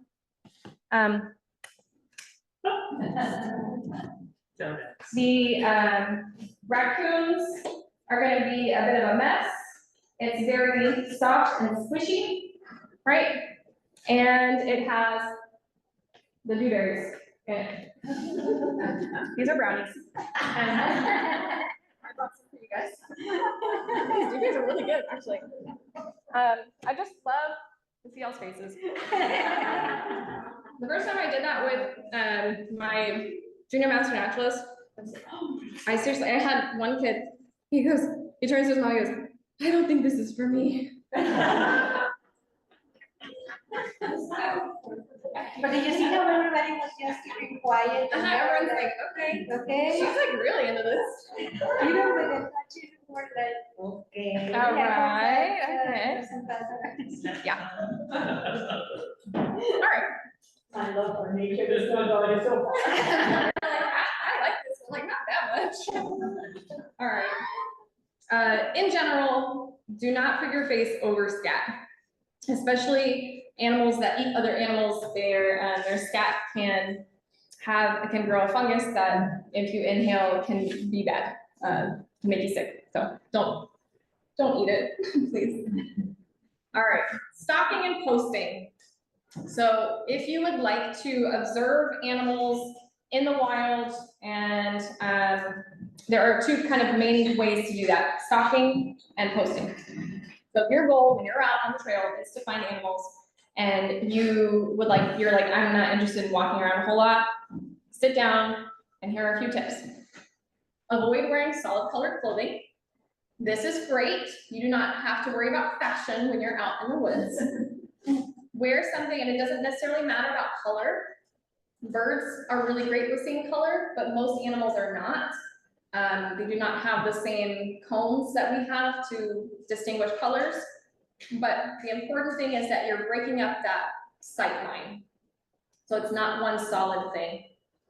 Hide in plain sight. So do not stick your head out from behind something. You are making yourself more obvious when you do that. Instead, place your back to something so that you are a part of it, right? Use a stalker's walk if you would like to try to be sneaky. Think about how our feet move and how loud we typically are, right? We typically walk heel toe, slap slap. That's a lot of noise, and you're never going to see anything walking like that. The best way to do it, so this was taught to me as like a way that often Native Americans used to sneak up on things, is roll your foot. So set your foot down, and then roll to the front, and then move to the next foot. So in this way of moving, it's a little bit different from normally walking, where if I need to suddenly stop, I'm gonna go like this. When I'm doing my stalker's walk, at any point in time, I can stop, right? Constantly balance. Hide your scent. So that would not be a good day to wear your favorite perfume or lotion or bug spray or sunscreen. That is very smelly. Not to say don't wear bug spray and sunscreen, please protect yourself, but be aware that you are increasing your chances of being noticed. Use your senses to your advantage. Sight, smell, hearing. For your sight, be aware, again, we have that binocular vision. So you may have to use all your senses to know what's going on behind you. And you have to turn your head to actually see something straight on, but any movement is going to be obvious. Be aware of that. Hint on using your sight at night. So we have sight that is great for seeing color, and animals that are active at night have sight that's good for seeing shapes. So we're going to use that to our advantage. So shapes are rod cells in our eyes are good for seeing shapes, and our rod cells are positioned kind of on the outer parts of our eye, and our cones are more centered in the middle. So if you are looking at night and you're trying to look at something and you're going like this, it's hard to see that shape because you're using more of your cones. So instead, look a little bit to the side of it, and your rods will help detect that shape. I use this when I'm letting my dog out at night, and she goes up into a corner, and she's like here, and I look over here, and I can actually see her a little bit better. Just trust me, it sounds weird, try it. Smell, I said this earlier, but you can enhance your smell by wetting your nose. And then hearing, we talked about this earlier, enhance your hearing by making your ears bigger. Other animal signs to be aware of: trails and slides. We talk about deer tracks and trails. They often will make larger paths that they regularly use, and other animals will use those as well. Slides are a little bit less obvious. They are used by smaller animals, and you're just gonna see if you have like a really thick underbrush, you'll see a little hole in that underbrush, and that is a slide. If you are trying to trap something, that would be a place to put a trap, because that is often used. Scratches, that can be an animal scratching with its claws, or an animal like a deer roughing up its antlers or shedding the velvet on those antlers. Fur and feathers left behind by something getting eaten. doves tend to not care, I guess, about their feathers, and anytime they get frightened, they just leave a bunch behind. So they're very easy to find. Again, do not collect feathers and keep them. I'm not gonna send the SWAT team after you if you have some at home. Don't tell me about it, but like, the purpose of those laws is to protect the birds, because you can't prove that you didn't pluck them out of the bird. I've heard that game birds are the exception. Yes, game birds are an exception if you have the correct permits to have hunted that game bird. Turkeys, pheasants are not native. Any non-native bird, go for it. But you gotta know what it is, right? You have to be able to identify it. What about the owls? I read in an article that you cannot pick up when the redwood, they, the food. Oh, yeah, even owl pellets. Yeah, even owl pellets, I'd leave them. Yeah. Eggshells, same thing for birds, especially eggshells and nests, leave them. But I will say on eggshells, if you see an eggshell and you're like, oh, there must be a nest nearby, you could be wrong entirely, because those parent birds will take the eggs and go somewhere else and drop them, so that they're not directly under their nest and leaving evidence for predators. Same thing with their fecal sacs. If you ever watch, like I said, there and watch my little bluebirds, and the moms and dads will take, it looks like a little white sac, looks like a little cocoon or something, but it's the fecal sac. When the baby birds poop, it's not exactly like regular bird poop, it's not like just liquid, and they'll carry it somewhere else so that it's not directly under their nest. Nests, now a good time to be looking for nests, of course, is when there are no leaves on trees. So in wintertime, you can still see some cool stuff. That would be nests. This is actually not a bird nest, it's a dray from a squirrel. Squirrels are really bougie, and they have summer homes and winter homes. This is a squirrel summer home. The dray with its leaves and sticks out in the open. Their winter homes are typically in a more enclosed, like, hollow of a tree. And then signs of no activity is also a sign of animals, right? Or is also something to be aware of. So if you are the first one on the trail in the morning, you know you get facefuls of spider webs, right? Nothing has come by that way. So that's a good thing to know or be aware of. Same thing with turtles. Think about if you ever walk close enough to a pond for a red-eared slider to slide into the water, they're very quick to do that. So if they're sitting out there in the sun and their shell is dry, nothing has come by recently. So you're not gonna find any predators or anything that way. I will also say, if you are looking for predators, a great way to find coyotes, owls, even snakes is listen to the birds. Birds will tell you where they are. Chickadees will at them as well, and they'll the longer the D's on that chickadee, the closer a predator is, and it also might indicate the size of that predator. Sometimes they're doing it at us, so just be knowing what they're adding. Crows and mockingbirds and blue jays will yell and mob at predators. So like sometimes in the morning we'll hear crows go crazy back here, and like, oh, there's a great horned owl that lives back there, and I think it found it. And they're just trying to keep those predators from getting into their nests. All right, animals and weather. You're more likely to see activity before a storm. Animals are less fearful. I'd say less fearful. I don't know if that's exactly true, but they're more intent on getting food and what they need before a storm. So without ever checking my weather app, if I walk outside, not here, our squirrels here are very accustomed to people, but like at my house, if I walk outside and the squirrel sees me and looks up and just continues going back to what it's doing, I'm like, oh, I wonder if there's a storm coming. I saw that before the big freeze a few years ago, 2022 or whatever it was. Yeah, squirrels, there were more of them, and they were all going crazy, and they did not care that people were walking right next to them. They were preparing. And then spiders, this requires a little bit of prep ahead of time and knowing what spiders' webs look like normally.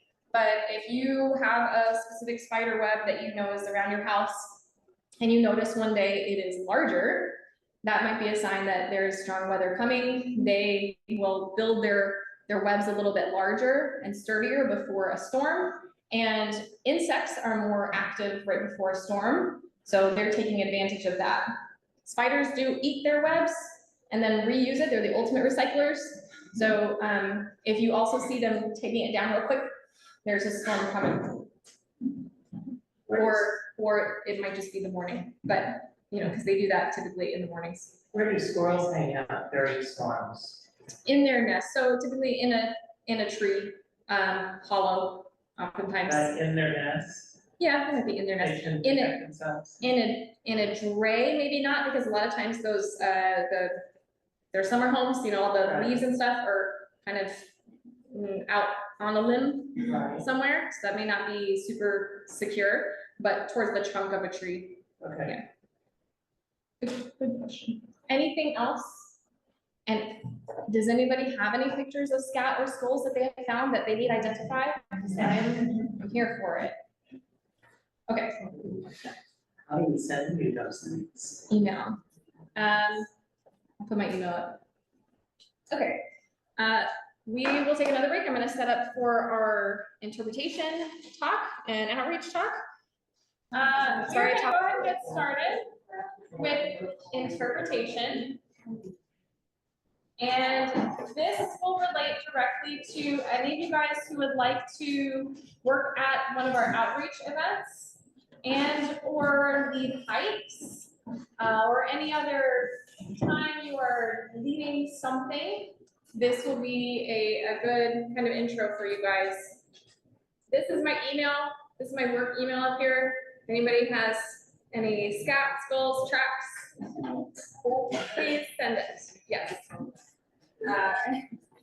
Just remember, sense of scale. I will send it back to you and say, please give me a sense of scale if I did not. So before we get started, just a little bit about interpretation or certified interpretive guiding. The Certified Interpretive Guide program is led by the National Association for Interpretation, NAI. I'm just guessing whether this, I think that's right. And they lead courses that you can be a certified interpretive guide. And the course is typically, I want to say 3 or 4 days long. And it's kind of like being a master naturalist. You have to continue your education and get 40 hours over, I want to say like 4 years. It gives you a lot of time to keep up with it or get recertified. I would love to get recertified every 4 years because that class is, every time I have done it or done something like it, I learn new things. They have in-person classes, but they also have online classes. They're unfortunately not free, and you have to buy your own books. And they're not always in Houston. You sometimes have to travel. So just go onto their website. It should be nai.org.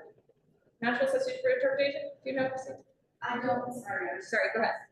Yeah. Do you know if this is one of those things where you can count your volunteer time towards and the interpretive guide? I don't know. Yeah. Do you know? Yeah. So anytime you do TMN things and you want it to count, you have to represent TMN.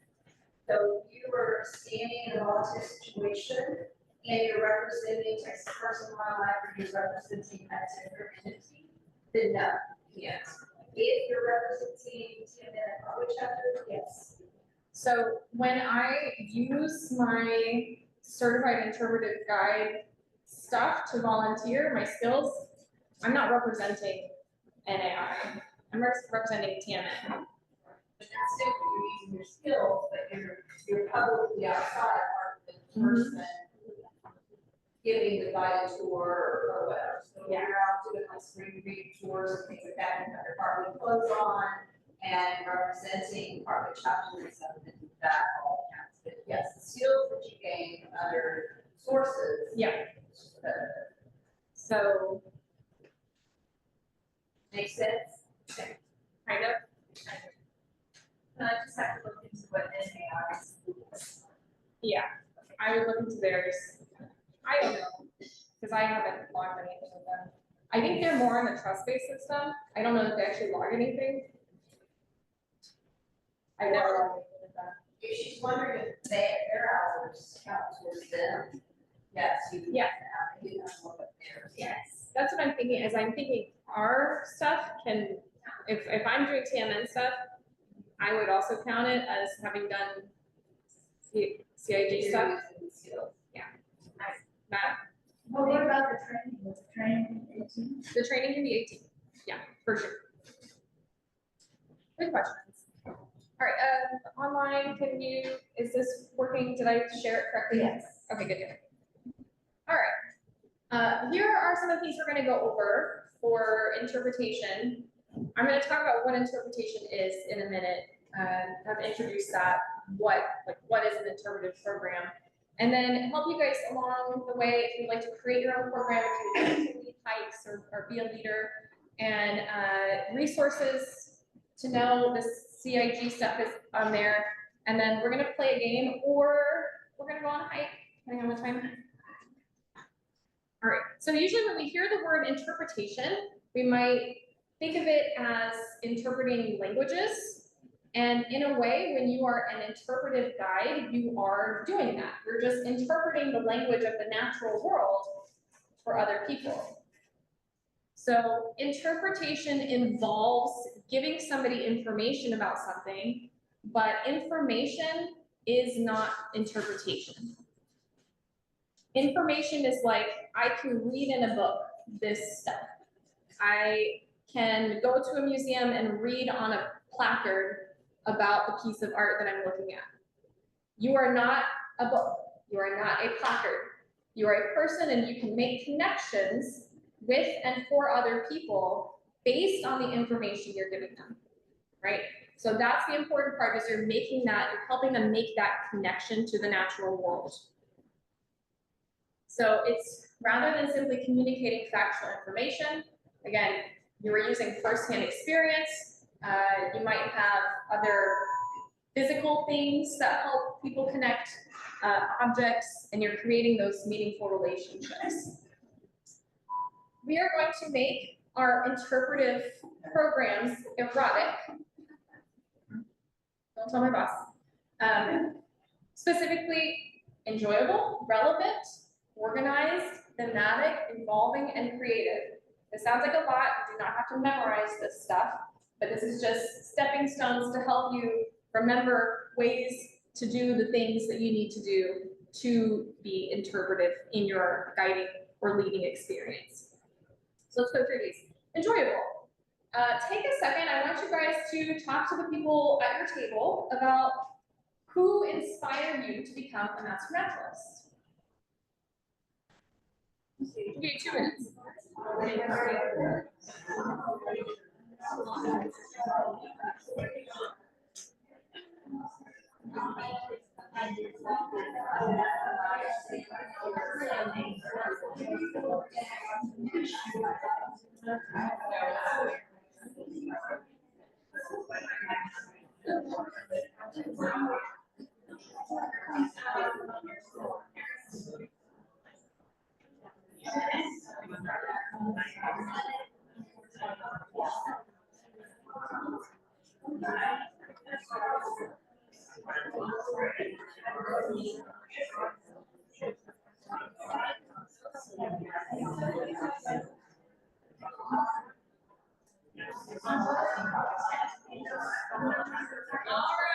who would like to share?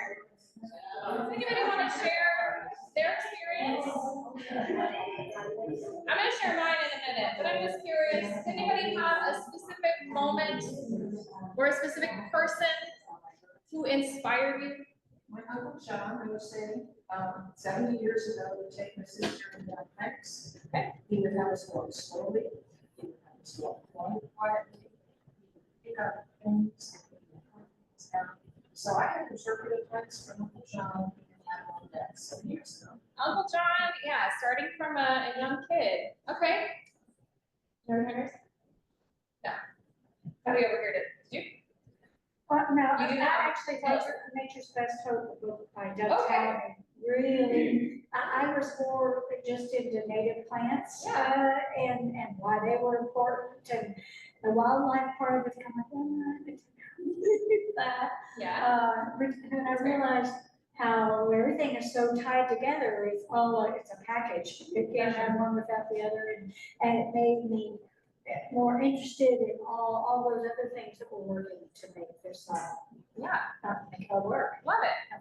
So, so we have personal connections, we have connections with, somebody else entirely, a, well-known figure. Anybody else want to share? So for me, it's my dad. We would go camping. He was never said no to getting muddy, to getting dirty, to finding things that, in a way that is fun and not just we're out here walking. I remember one specific time, I was probably this age, maybe a little older, and we were on a hike and the trail kind of got a little small, seemed to disappear or almost peter out, but I didn't know this. I was, a kid. My dad was leading the hike. I seemed fine. But I remember him saying, hey, let's climb that hill and see if we can see the camp from there. And at the time I was like, that's a fun challenge. Let's go do that. That's fun. It wasn't until years later that I was thinking back on that I realized we were lost and my dad was trying to find where we were. And he was being an interpretive guide in the way that he was making sure that I felt safe, and that, he was trying to figure it out in the best way that he could. We were fine. We had to climb the fence, but it worked out. We still go on hikes. We still go outside. He's right now camping in Florida. That's his retired job now, is to go to parks and go travel around. So he still inspires me. Sometimes it's big personalities. I remember watching Steve Irwin when I was a kid. I still follow his kids and family on Instagram. Robert Irwin and Mindy, they're all doing such a good job at continuing his legacy and introducing people to things that would seem scary, right? I remember seeing him handle a crocodile or a venomous snake and thinking, like, that's still dangerous, but he's making it accessible, right? I watched the Fu. These are the Kratz brothers, and I will tell you, as somebody who has educated in schools, most often when kids are super into wildlife and they're really knowledgeable about it, they watch the Kratz brothers, right? My son is environmental biology because of wet crabs and octonauts. So marine biology because of octonauts. I don't know what they do works, but it does. It's interactive, it gets people curious, it's fun, and it's giving us ways to interact with wildlife in a way that's not scary, right? It gives us a good approach to it. Even, Jane Goodall, other people who do work in the environmental field that are doing inspirational things, right? These are all ways that we can connect and think about what they're doing, right? I didn't just get information from him. In fact, I don't remember a single fact that I learned from Steve Irwin, but I remember how I felt, right? I remember that I felt inspired. I remember that I felt curious, that I felt like it was a safe thing to do, to go outside and look at things. So remember that.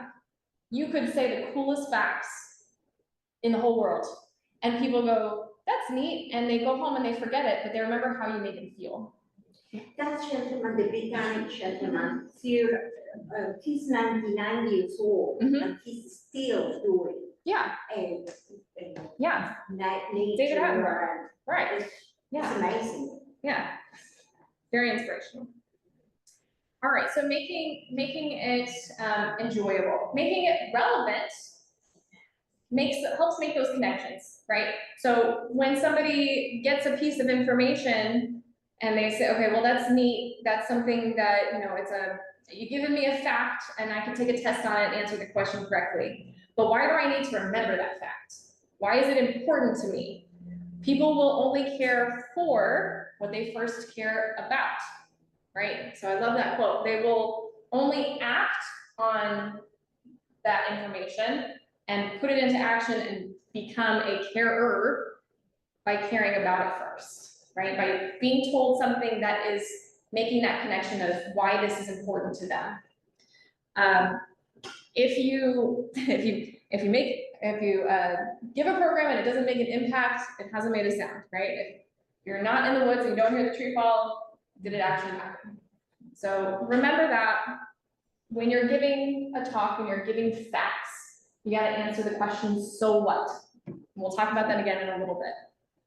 And how to do that, okay? Organization, this is something, if you are gonna be leading a program, this is something to know ahead of time. This is not something you're making up on the fly.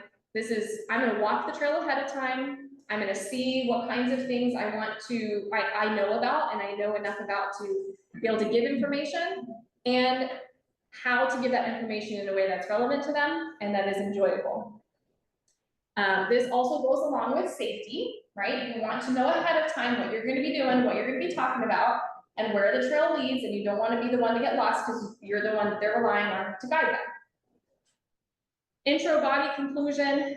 You're not writing a paper necessarily, but think of it this way. Think about making orange juice. So in the introduction, if you're teaching somebody how to make orange juice, you may give them information about oranges, the history of orange juice, of orange plantations. This gives background information, whereas the body is actually making the pulp of it, right? The literal pulp of the topic. So you're squeezing it out and you're giving them, you're showing them how it's made. And then the conclusion is helping them to experience it for themselves. So how can they take that information and use that for themselves? Topic and theme. Your topic, it could be, it's gonna be more broad, right? Something, so for example, the nature of Heartwoods. And then my theme is going to be how that topic answers the question, so what? And I want you to think about that when you are giving any piece of information, so what? Anytime I give a piece of information, I need to be able to answer that question. It's not just, this is a live oak tree, so what, right? These people are Squidward and I'm SpongeBob, I'm like, this is a live oak tree, and they're like, great, gonna forget that immediately. Why is that important? The nature of Heartwoods is just like the nature in your neighborhood. I'm making that connection to make it relevant to them.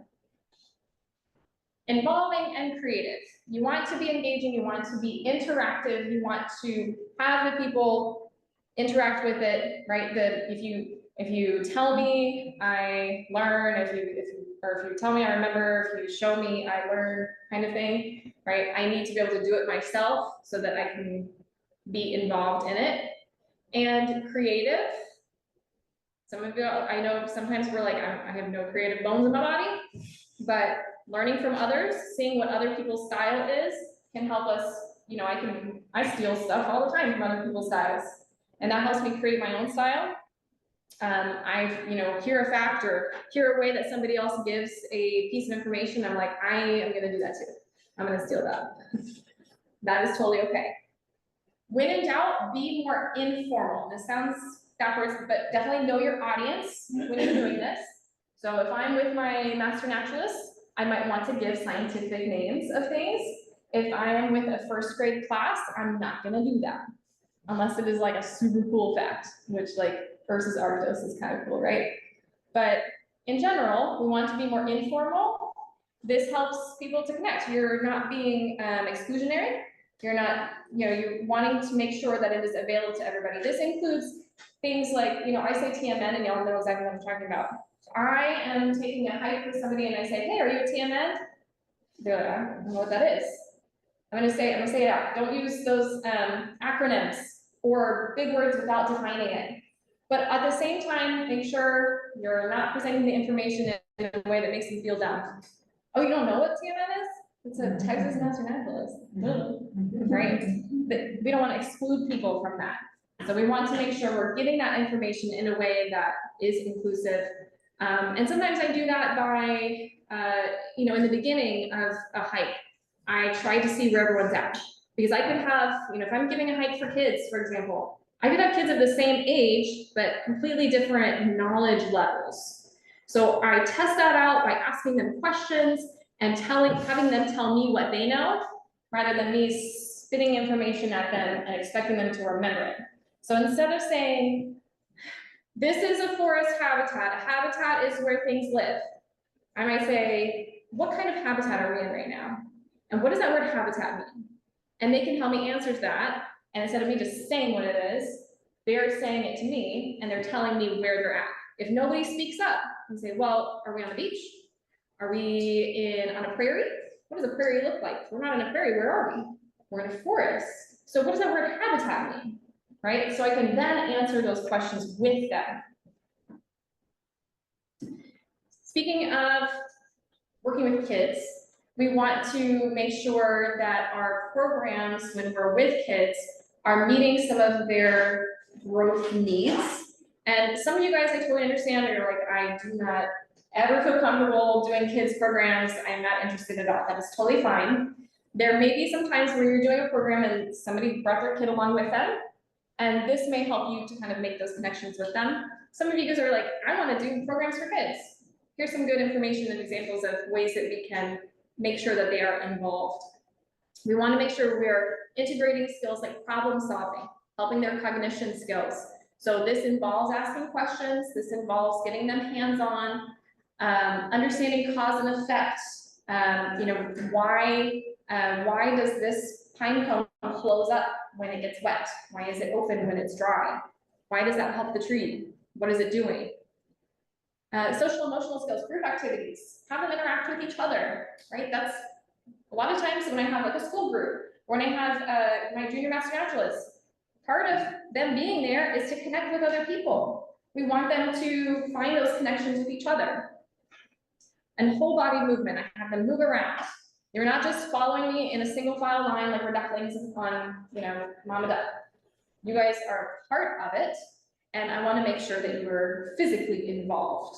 So one of the things I do is have them find something. So I might ask them, okay, find an acorn, and everybody finds an acorn. Find a leaf that looks like this, right? Have them do something. And don't do all the time. That is a very important part. I see this all the time. I go on hikes or you go sit in a classroom and somebody stands up here and just does all the talking. And that is, it can be fine, right? If I'm there specifically for that, and I know to expect that, that's fine. If I'm out on a hike, I want to tell, I'm the kind of person, the hike leader, and I'm like, I'm gonna tell you all about everything I know. And there are a lot of kids that are like that. And sometimes it's annoying, yes. Give them a job. But it is important that they are sharing that, and that helps them to learn, and it also gives other kids an example of a leader of their own age, right? That's important too. Okay, so another kind of few tips, make sure that you are aware of your space needs. If you have a large group, for example, you're gonna need a larger space, and you're also going to want to use the help of other adults if you have a large group. So be aware of the space that you're using. We'll talk about activities and stuff when we get to the hike. Provide hands-on materials. So again, using tactile information. I always start off the hike saying, you know, do we touch nature if we don't know what it is? No. But is it a museum? No. I want you guys to be involved and be able to touch things, but I'm going to let you know what is safe and is not safe to touch. And if you don't know, you can ask me. And if I don't know, then the answer is no. Engage their senses, have them smell things, have them touch things, have them find things with their eyes. Hearing. Sometimes that's hard, especially with big groups for kids to use their hearing, because they're just hearing each other, talk at each other. That's a skill that is learned. Use tone and language appropriate for their age level. Make sure, again, we're not talking down to them. One of my big pet peeves is when adults talk to kids like they're little, and even little kids. I am not a fan of baby voice. I am not a fan of talking in a way that the kids are not learning and growing, right? So I want to make sure, I know that this 4-year-old does not know the word ecosystem. I'm pretty well aware of that. But they need to know it at some point. So why can't I go ahead and use it and help them start to understand what it is, right? You can use those words, just have to make sure you're meeting them where they're at. If I have a group of kids, or I have middle schoolers and elementary kids, and they have different age levels and knowledge levels, I'm gonna try to meet them in the middle. I don't want to exclude the big kids by only speaking with little words, but I don't want the little kids to be excluded by only using big words. So I'm gonna use those big words, but I'm gonna make sure that the younger kids can meet us in the middle. Have a management plan in place for behavior issues. So this is where You need to use the other adults. So when I have a group of kids that I don't know their names, and I don't really care to know their names, I'm only gonna see them once and then never again, probably. That's fine. I need to know the adults' names, and I wanna make sure that they are involved. Because here's what happens a lot of times. I get a group of kids and their parents, and the parents go stand in the back and they chit chat because they're like, oh, this is for the kids. No, because then the kids see you doing that, they hear you doing that, they're distracted, and they also think that it's okay to talk while I'm talking. And that's rude. I need you involved too. So I'm gonna say something like, hey, adults, I'm gonna split you guys up so one of you guys is in the middle so that we all, we don't lose anybody. And I wanna make sure that we're all together, right? Or, hey, we're talking and the adults start talking in the back, and I say, hey, kids, take a look at the adults, watch what they're doing. They are listening. They're being good audience members. And the adults shape up pretty quick. They're not on their phones. And the adults are like, yeah. A few activity ideas that I can do on the fly. I don't necessarily need materials to do. If I find that I'm supposed to be having a group with all adults, but some of them brought their kids, I'm like, all right, well, I gotta get them involved. Here's a couple things that I can do real quick. Camouflage trail. Have them find something that's camouflaged. It doesn't have to be something I put there in the beginning, but it can be. All right, I'm gonna put this out there. Everybody close your eyes. I'm gonna go hide this thing. Now you gotta go find it. I'm gonna hide an oak leaf among the pine branches. Can you figure out what is different? Why is it there? Micro hike. I have, at any point in time, anytime I'm going on a hike, I always have at least one little magnifying glass for kids to use.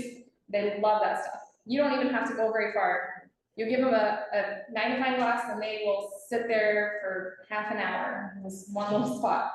And then there are always easy, things that are prepared ahead of time. People have already made activities and things. So bingo cards are great. Scavenger hunts. These are ways to get them involved without having to do a lot of work and prep myself. All right, quick pause. I know I talked a lot at you guys. Any questions, thoughts so far? All right. Okay, when we are, sorry, did you want me to write?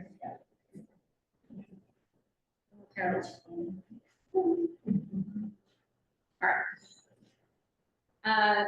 We're going to talk about steps to follow for our kind of creation of a hike, specifically the introduction. So for me, when I think about remember intro, body, conclusion, all of those parts of my topic or my talk are important, but for me, the most important part is the introduction. That's our first impressions, right? So we want to make sure that we're meeting those needs ahead of time that will help everybody get set up for the best success, okay? So first of all, our Maslow's hierarchy of needs. Going back to our high school psychology. We have a list of needs that everybody needs, right? Every human needs physiological needs, safety, belonging, esteem, self-actualization. When you take a certified interpretive guide course, they go through all of these.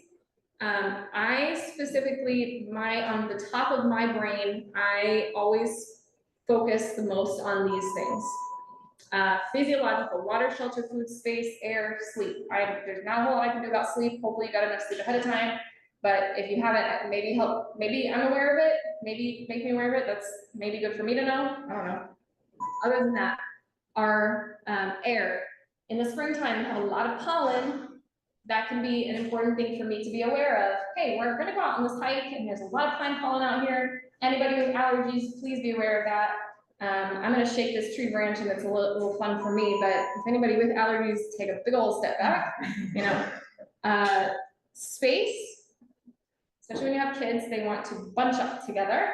And I often stop and I'm like, hey, I'm gonna trip over you, or you're gonna trip over somebody else, or I'm gonna pause like very abruptly and you're gonna run into my butt, and we don't wanna do that. So leave some space. Food, shelter, water. For those, I want to make sure people know where it is and where to find it and how long we're gonna be away from those things. So, hey, we're gonna go on a hike, it's gonna be about 20 minutes. If at any point, you know, you need to get water, you know, it's here. Here's where to find the nature center. If you need to use the restroom, go ahead and do that. I did that kind of a little bit when you guys came in. Hey, if you've never been here before, the restrooms are out there, right? For safety reasons, here's where you can exit the building, right? If we're on fire, the whole building is made of wood. Please exit quickly. So making sure people are aware of those things and me being conscious of it is really important, especially when it's really hot in the summer. Water is gonna be a really important thing. Shelter is gonna be a really important thing. If I'm taking a hike and it's really, really sunny, I wanna make sure I'm taking breaks and assessing everybody to make sure nobody's overheating, everybody has their water needs met, everybody is in the shade as much as possible. Learning names. So when we're trying to be personal, trying to make these connections with people, right? So learning their names can be helpful. Sometimes, so I have done Girl Scout hikes before, and I've asked for a list of names ahead of time. And this can help me in the beginning when I'm, oftentimes I go around, you know, they're coming up in, you know, family groups, and I'm saying, hey, you know, welcome, we're gonna start here. Here's the restrooms if you need to use that. We're gonna start in about 10 minutes. We're gonna take about an hour-long hike. So if you gotta go, you gotta go. We're gonna be away from water for this long. And can I get your name? To make sure I know everybody's here and I'm not leaving without you. And sometimes I have that list printed out, you know, and I'll make a little note next to them. Hey, I'm just gonna write down what you're wearing. So if I need to identify your body later, right? But we laugh, but also that is kind of important. I need to know how many people I have on my hike, and learning their names can be a good way to do that. If I want to remember their names, then there are a few helpful tools that I might use. First of all, pay attention. Here's something that I know that I do sometimes. Somebody gives me their name, and while they're telling me their name, I'm practicing in my head how I'm gonna say my name. I know my name. I know that sounds dumb, but it happens all the time, right? We just go, I don't know what their name is, immediately after they said it. I try to be very conscious when somebody says their name, and the way that I do this for myself is I say their name back to them. Oh, like, hi, my name is Adrian. What's your name? Lorna. Lorna, it's nice to meet you. Say their name, now I know, Lorna. Good to meet you. Association, some people find these kinds of tricks helpful. Lorna, my dog's name is Layla, so Lorna, I know your name starts with L, Lorna, got it. Use lists available, he said, keep notes.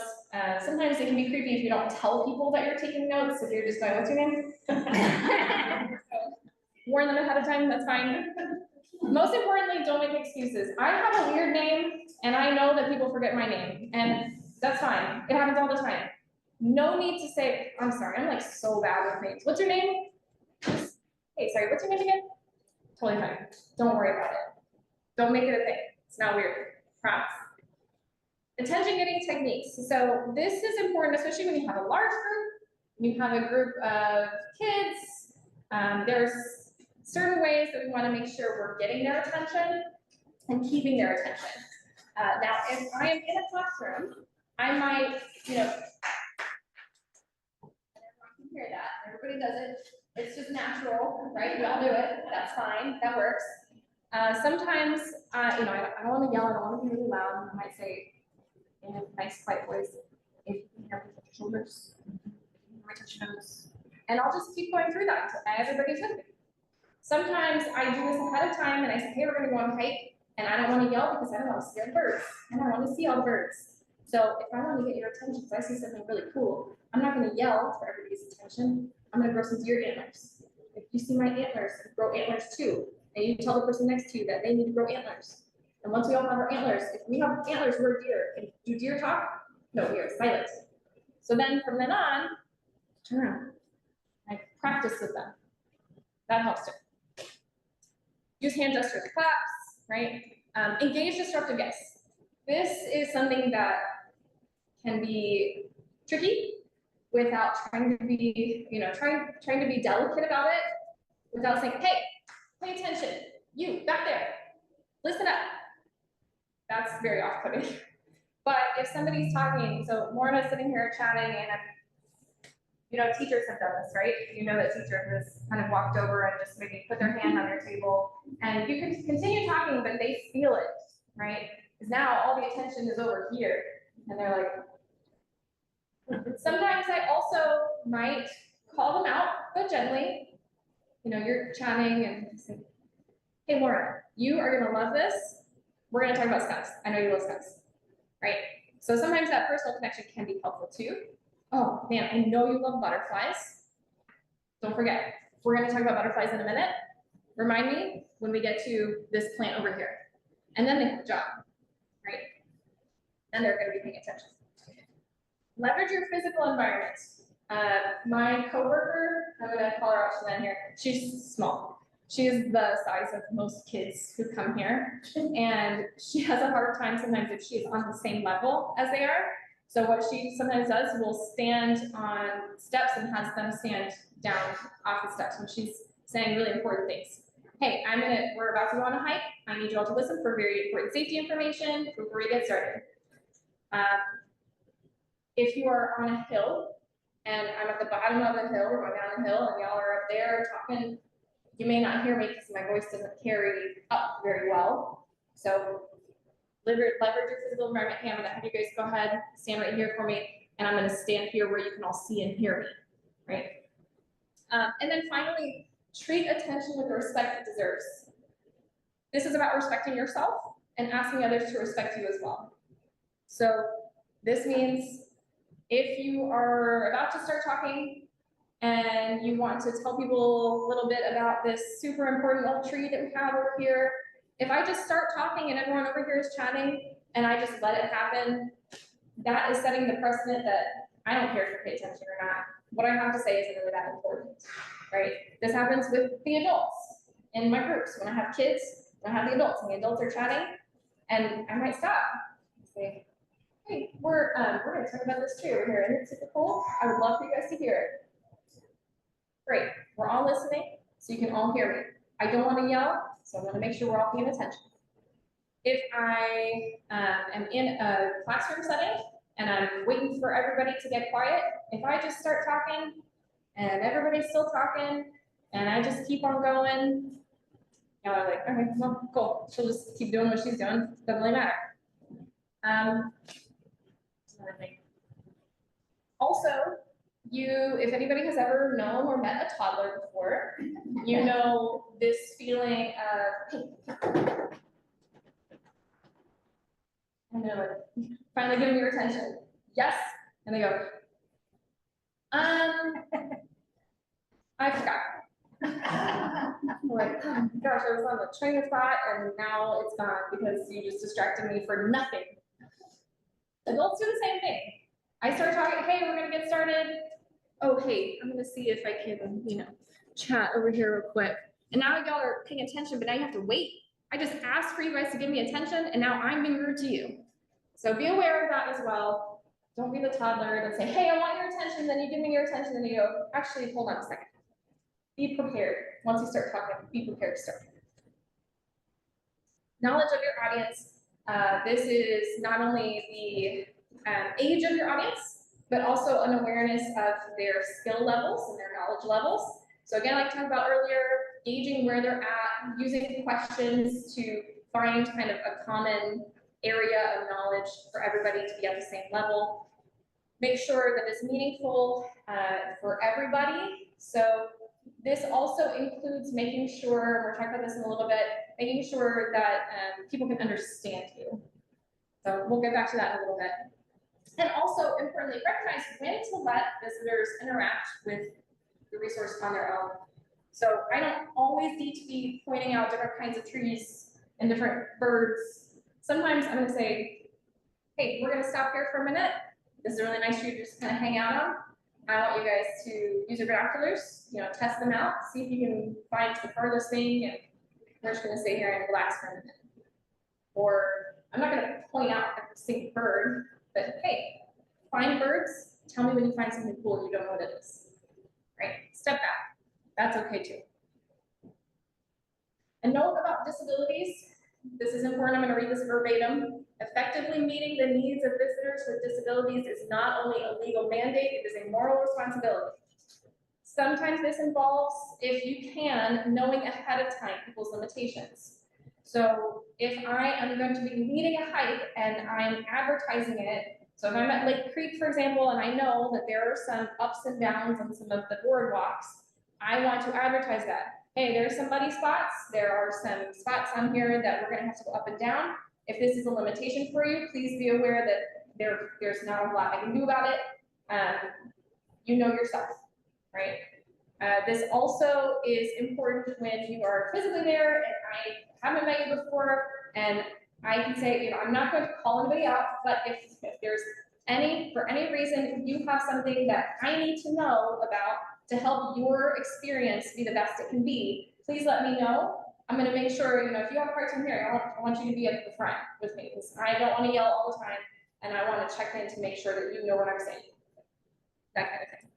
Also, if you're talking this way and somebody has a hard time hearing, they might be really reliant on reading lips.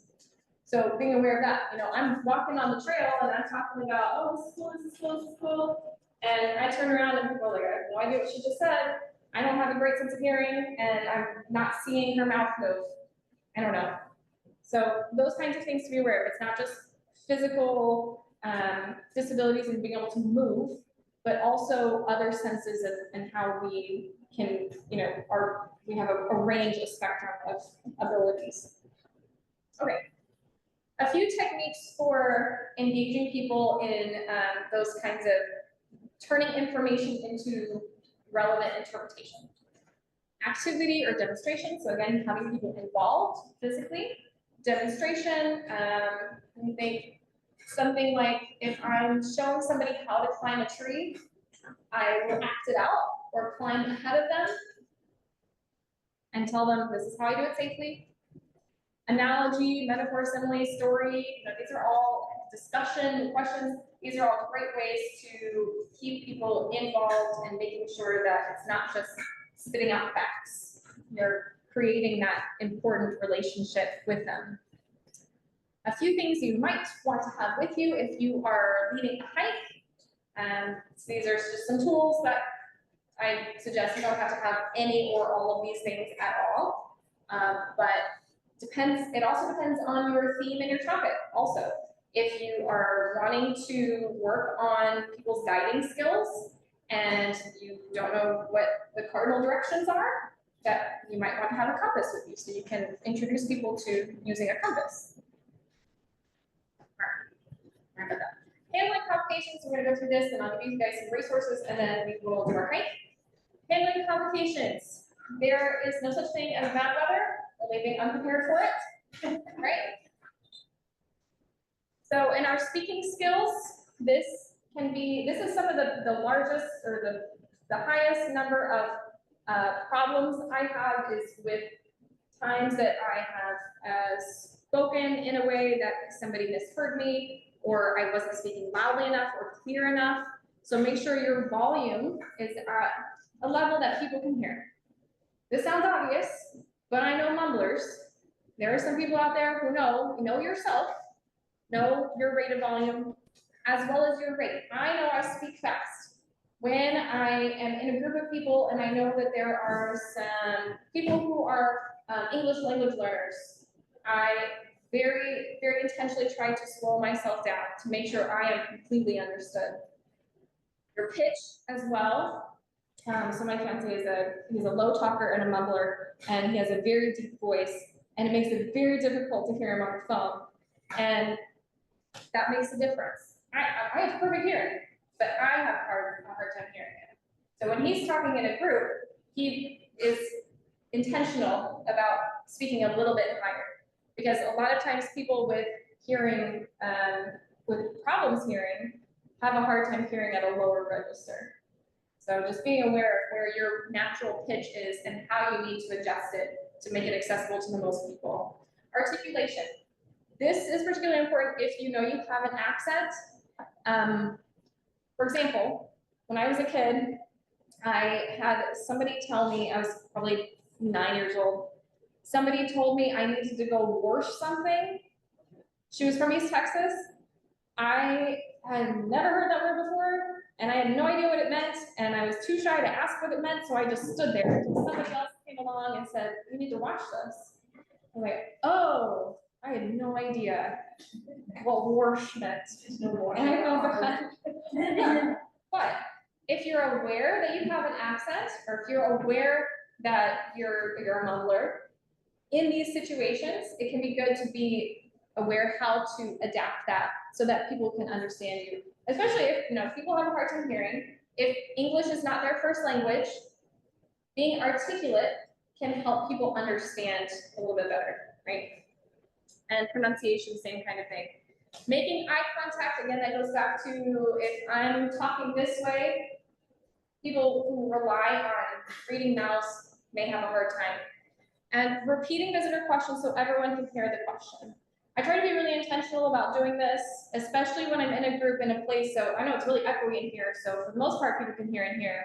I don't know if people online can hear when you guys ask a question, so I try to do my best to repeat it so people online can hear. When I'm outside, I try to do the same thing because I know that there are stragglers in the back of the group. Somebody up front asks a question, and I'm gonna repeat it so everyone can hear. That way, we don't get a situation where I just answer the question, and then the people in the back are like, well, I guess I'm never gonna learn anything because I don't know what the question was.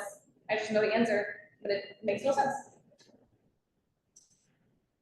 Sometimes you will get people who are unhappy about their experience, and it is important that we are understanding. This is a basic way to method to kind of go through and help to make sure that they are left a little less unhappy at least. So listen without interruption. Sometimes people just want to rant. Sometimes that's all you gotta do is just be the listener. Hey, I understand. Hey, I hear you. You know, some people just want to do that. When I was at A&M, I was a ref in college and for soccer. And being a referee, you get like earful every single time. Every single call you make is gonna make half of the people happy and half the people very upset. So I hear a lot. And we went through, as a referee, we had to go through training on how to deal with people who are mad, because it happens all the time. And that is the most important thing, because sometimes people just want to yell, and then they let it out and they go, and then they're fine. They just want to tell you that they hate you. And you're like, I get it. Sometimes me too. Acknowledge and understand, show that you get it, repeat back to them, make sure that, sometimes I repeat what they've said and they say, no, that's not what I mean. Okay, when I'm misunderstanding, I would love to get some clarification. Make sure you understand it and give solutions when possible. I hear you. I went through the rule book and I can double check for you to make sure that this is the correct thing. Obviously, y'all are not going to be referees here, but I'm not sure that I know the answer to that question. Let me see if I can find out the answer for you, and I will get back to you. Right? And double up. Find them again later. Hey, was that question answered for you? Was I able to meet your needs? Make sure that they're going home at least content, right? Sometimes it's hot or cold or I'm hungry or thirsty. And this is not just kids doing this. Hey, I hear it. It is hot. We have about 5 minutes left on this hike. It is just around the corner here, and we are going to be at the nature center, and there's AC in there, and I'm going to solve your problem for you. No problem. Then they have that solution. They know to expect it, and they're like, okay, well then I'm fine. I actually am not. It's not bad at all because I know that there is a solution, right? Sometimes that itself is helpful. Okay, resources, the National Association, I got it right, National Association for Interpretation, NI is at interpnet.com if you would like to be a certified interpretive guide. The North American Association for Environmental Education has some pretty good resources on lesson and activity ideas, specifically for kids, if that is something that you would like to do or get better at. Now, I will say, I use activities that are built for kids for adults all the time. Adults love that stuff too, right? Y'all don't just wanna sit here in a lecture hall and listen to me chat. You wanna be involved, you wanna do an activity. BeABetterGuide.com has really good videos and resources for activity ideas as well as ways to be a better interpretive guide. I really appreciate that. Okay, so we have an option. We go, is this noon or 12:30? That we're finished. It's noon, Okay, but if you want, if anybody would like to go on a hike, is anybody okay with going on a hike? And it might be a little bit after noon that we're finished. Okay, so what I'd like to do first is, for those of you guys who are not able to stick around, we're gonna do a couple of these just to get a good example of hikes, interpretive things that you might encounter and ways to solve them. So I'm gonna show you an example of an interpretive scenario. And I want you guys to give me a rating of 1 to 5. 5 being, this is awesome, and 1 being bad, not good. So in this example, I'm going to assume that the lady who is standing on the rock or whatever, the camera and hat, she's our interpreter. And she says, when we stand here on the trail, we're imitating some of the earliest colonial settlers of the American West. Stephen F. Austin stood on this exact spot and overlooked this same landscape, but it looks very different than it does now. Would you believe me if I told you there are more trees here now than there were in the late 1800s? Why do you think the landscape has changed so drastically? How do y'all feel about this? Just give me on your hand a scale of 1 to 5. First reactions. Got a 2, 3, got 1, 5, 3, 3, 3, 5, 4, 3. Okay, so those of you guys who are like, this is not super duper, what do you think could be better? For anybody? What would you change? Standing in front. Standing in front, okay? Kids may not know who Stephen Austin is. Yeah, okay, so maybe we need some more background information. Too much information all at once. Too much information all at once, okay? Having them get enough. Okay, yeah. What are some things that you like about this? Questions. Making connections. Yeah, maybe she knows that this audience is really into history. Yeah. This is just a snapshot. We do not know the entire scenario. And this is also something I totally made up. So we don't know the whole thing. There could be more information here that we do not have. I appreciate that she is standing in a way that is above everybody else so that everyone can see her. There might be some people behind where the photo is being taken. I like the connections that she's making to the past. That's something that I would be interested in personally. I don't like that everyone is staring into the sun. As somebody who is leading a hike, I try to be intentional about that. If I'm stopping to talk and you guys are looking into the sun and I'm telling y'all some really cool stuff, half y'all are gonna be thinking about how annoying it is that you're looking at the sun and not hearing me at all. So I try to, move to a place where, okay, everybody can hear me over here and it's not looking directly into the sun. It's one thing I can eliminate from your problems. Okay? This guy on the right is our hike leader, and he says, you probably know what kind of tree this is. If you don't, then I bet you're not from around here. This is an ash juniper, also known as an eastern red cedar. It has needle-like leaves. The female junipers have little blue berries. If you put these berries in vodka, you make gin. That is a fact. That is not something I totally made up, by the way. But how do y'all feel about this guy? 1, 2, 3, 1. What do we not like about this? He just regurgitates information. Okay, so just regurgitate information. There's not really a lot of involvement. He is excluding people by using this wording. If you don't know, then you must not be around here. That immediately puts people off, right? Not a fan of that. What are some things that we like? Humor. Okay, love it. I've had some people give this a 5. They're like, this is hilarious. I love this. You never know. Anything else we like? Learn how to make jam. Yeah. What'd you say? All the information. The information. Yeah, the information itself is kind of neat. Okay. All right, one more. Remember our number one rule of mushroom hunting, that's right, never touch it unless you are 100% sure you know what it is. This one, I know is safe to touch, we can pass it around in a minute. As you hold this fungi fruit, I want you to pay close attention to the gills on the underside. Tell me, what do you notice about how it looks and feels compared to one we saw earlier? 1 to 5, how do we feel? Pretty good, I think, for most of us. What do you not like about it? Anything? Might be hard for people to see depending on understanding. Sure. Yeah, I don't know how big the group is, but if it's a larger group, him kneeling down is maybe not great. I wouldn't be able to get back up. That's not something you would do, okay? It doesn't tell you what it is and why it's safe. Doesn't know, yeah, that's good. We need a little bit more information maybe about this. What do you like about it?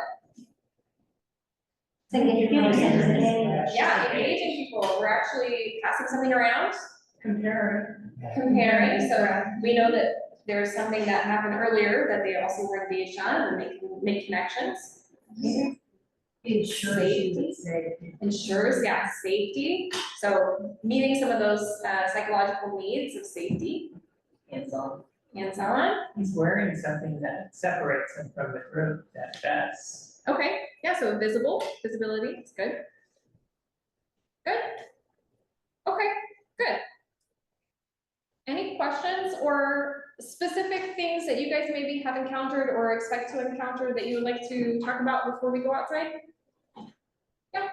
What is the rule here for foraging and the work, being able to forage for both? So state laws are apply everywhere where in public spaces, you have to have specific permission from the owner or the property manager or whatever. So if you wanted to come here in August and collect beauty berries, ask us. Sometimes we say yes, sometimes we're like, hey, we're a little low.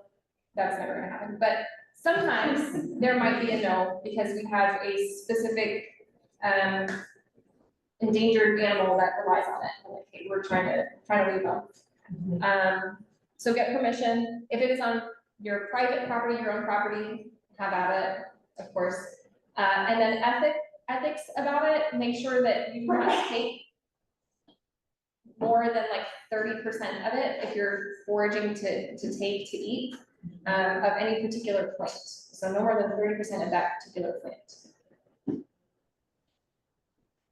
Good question. Anything else?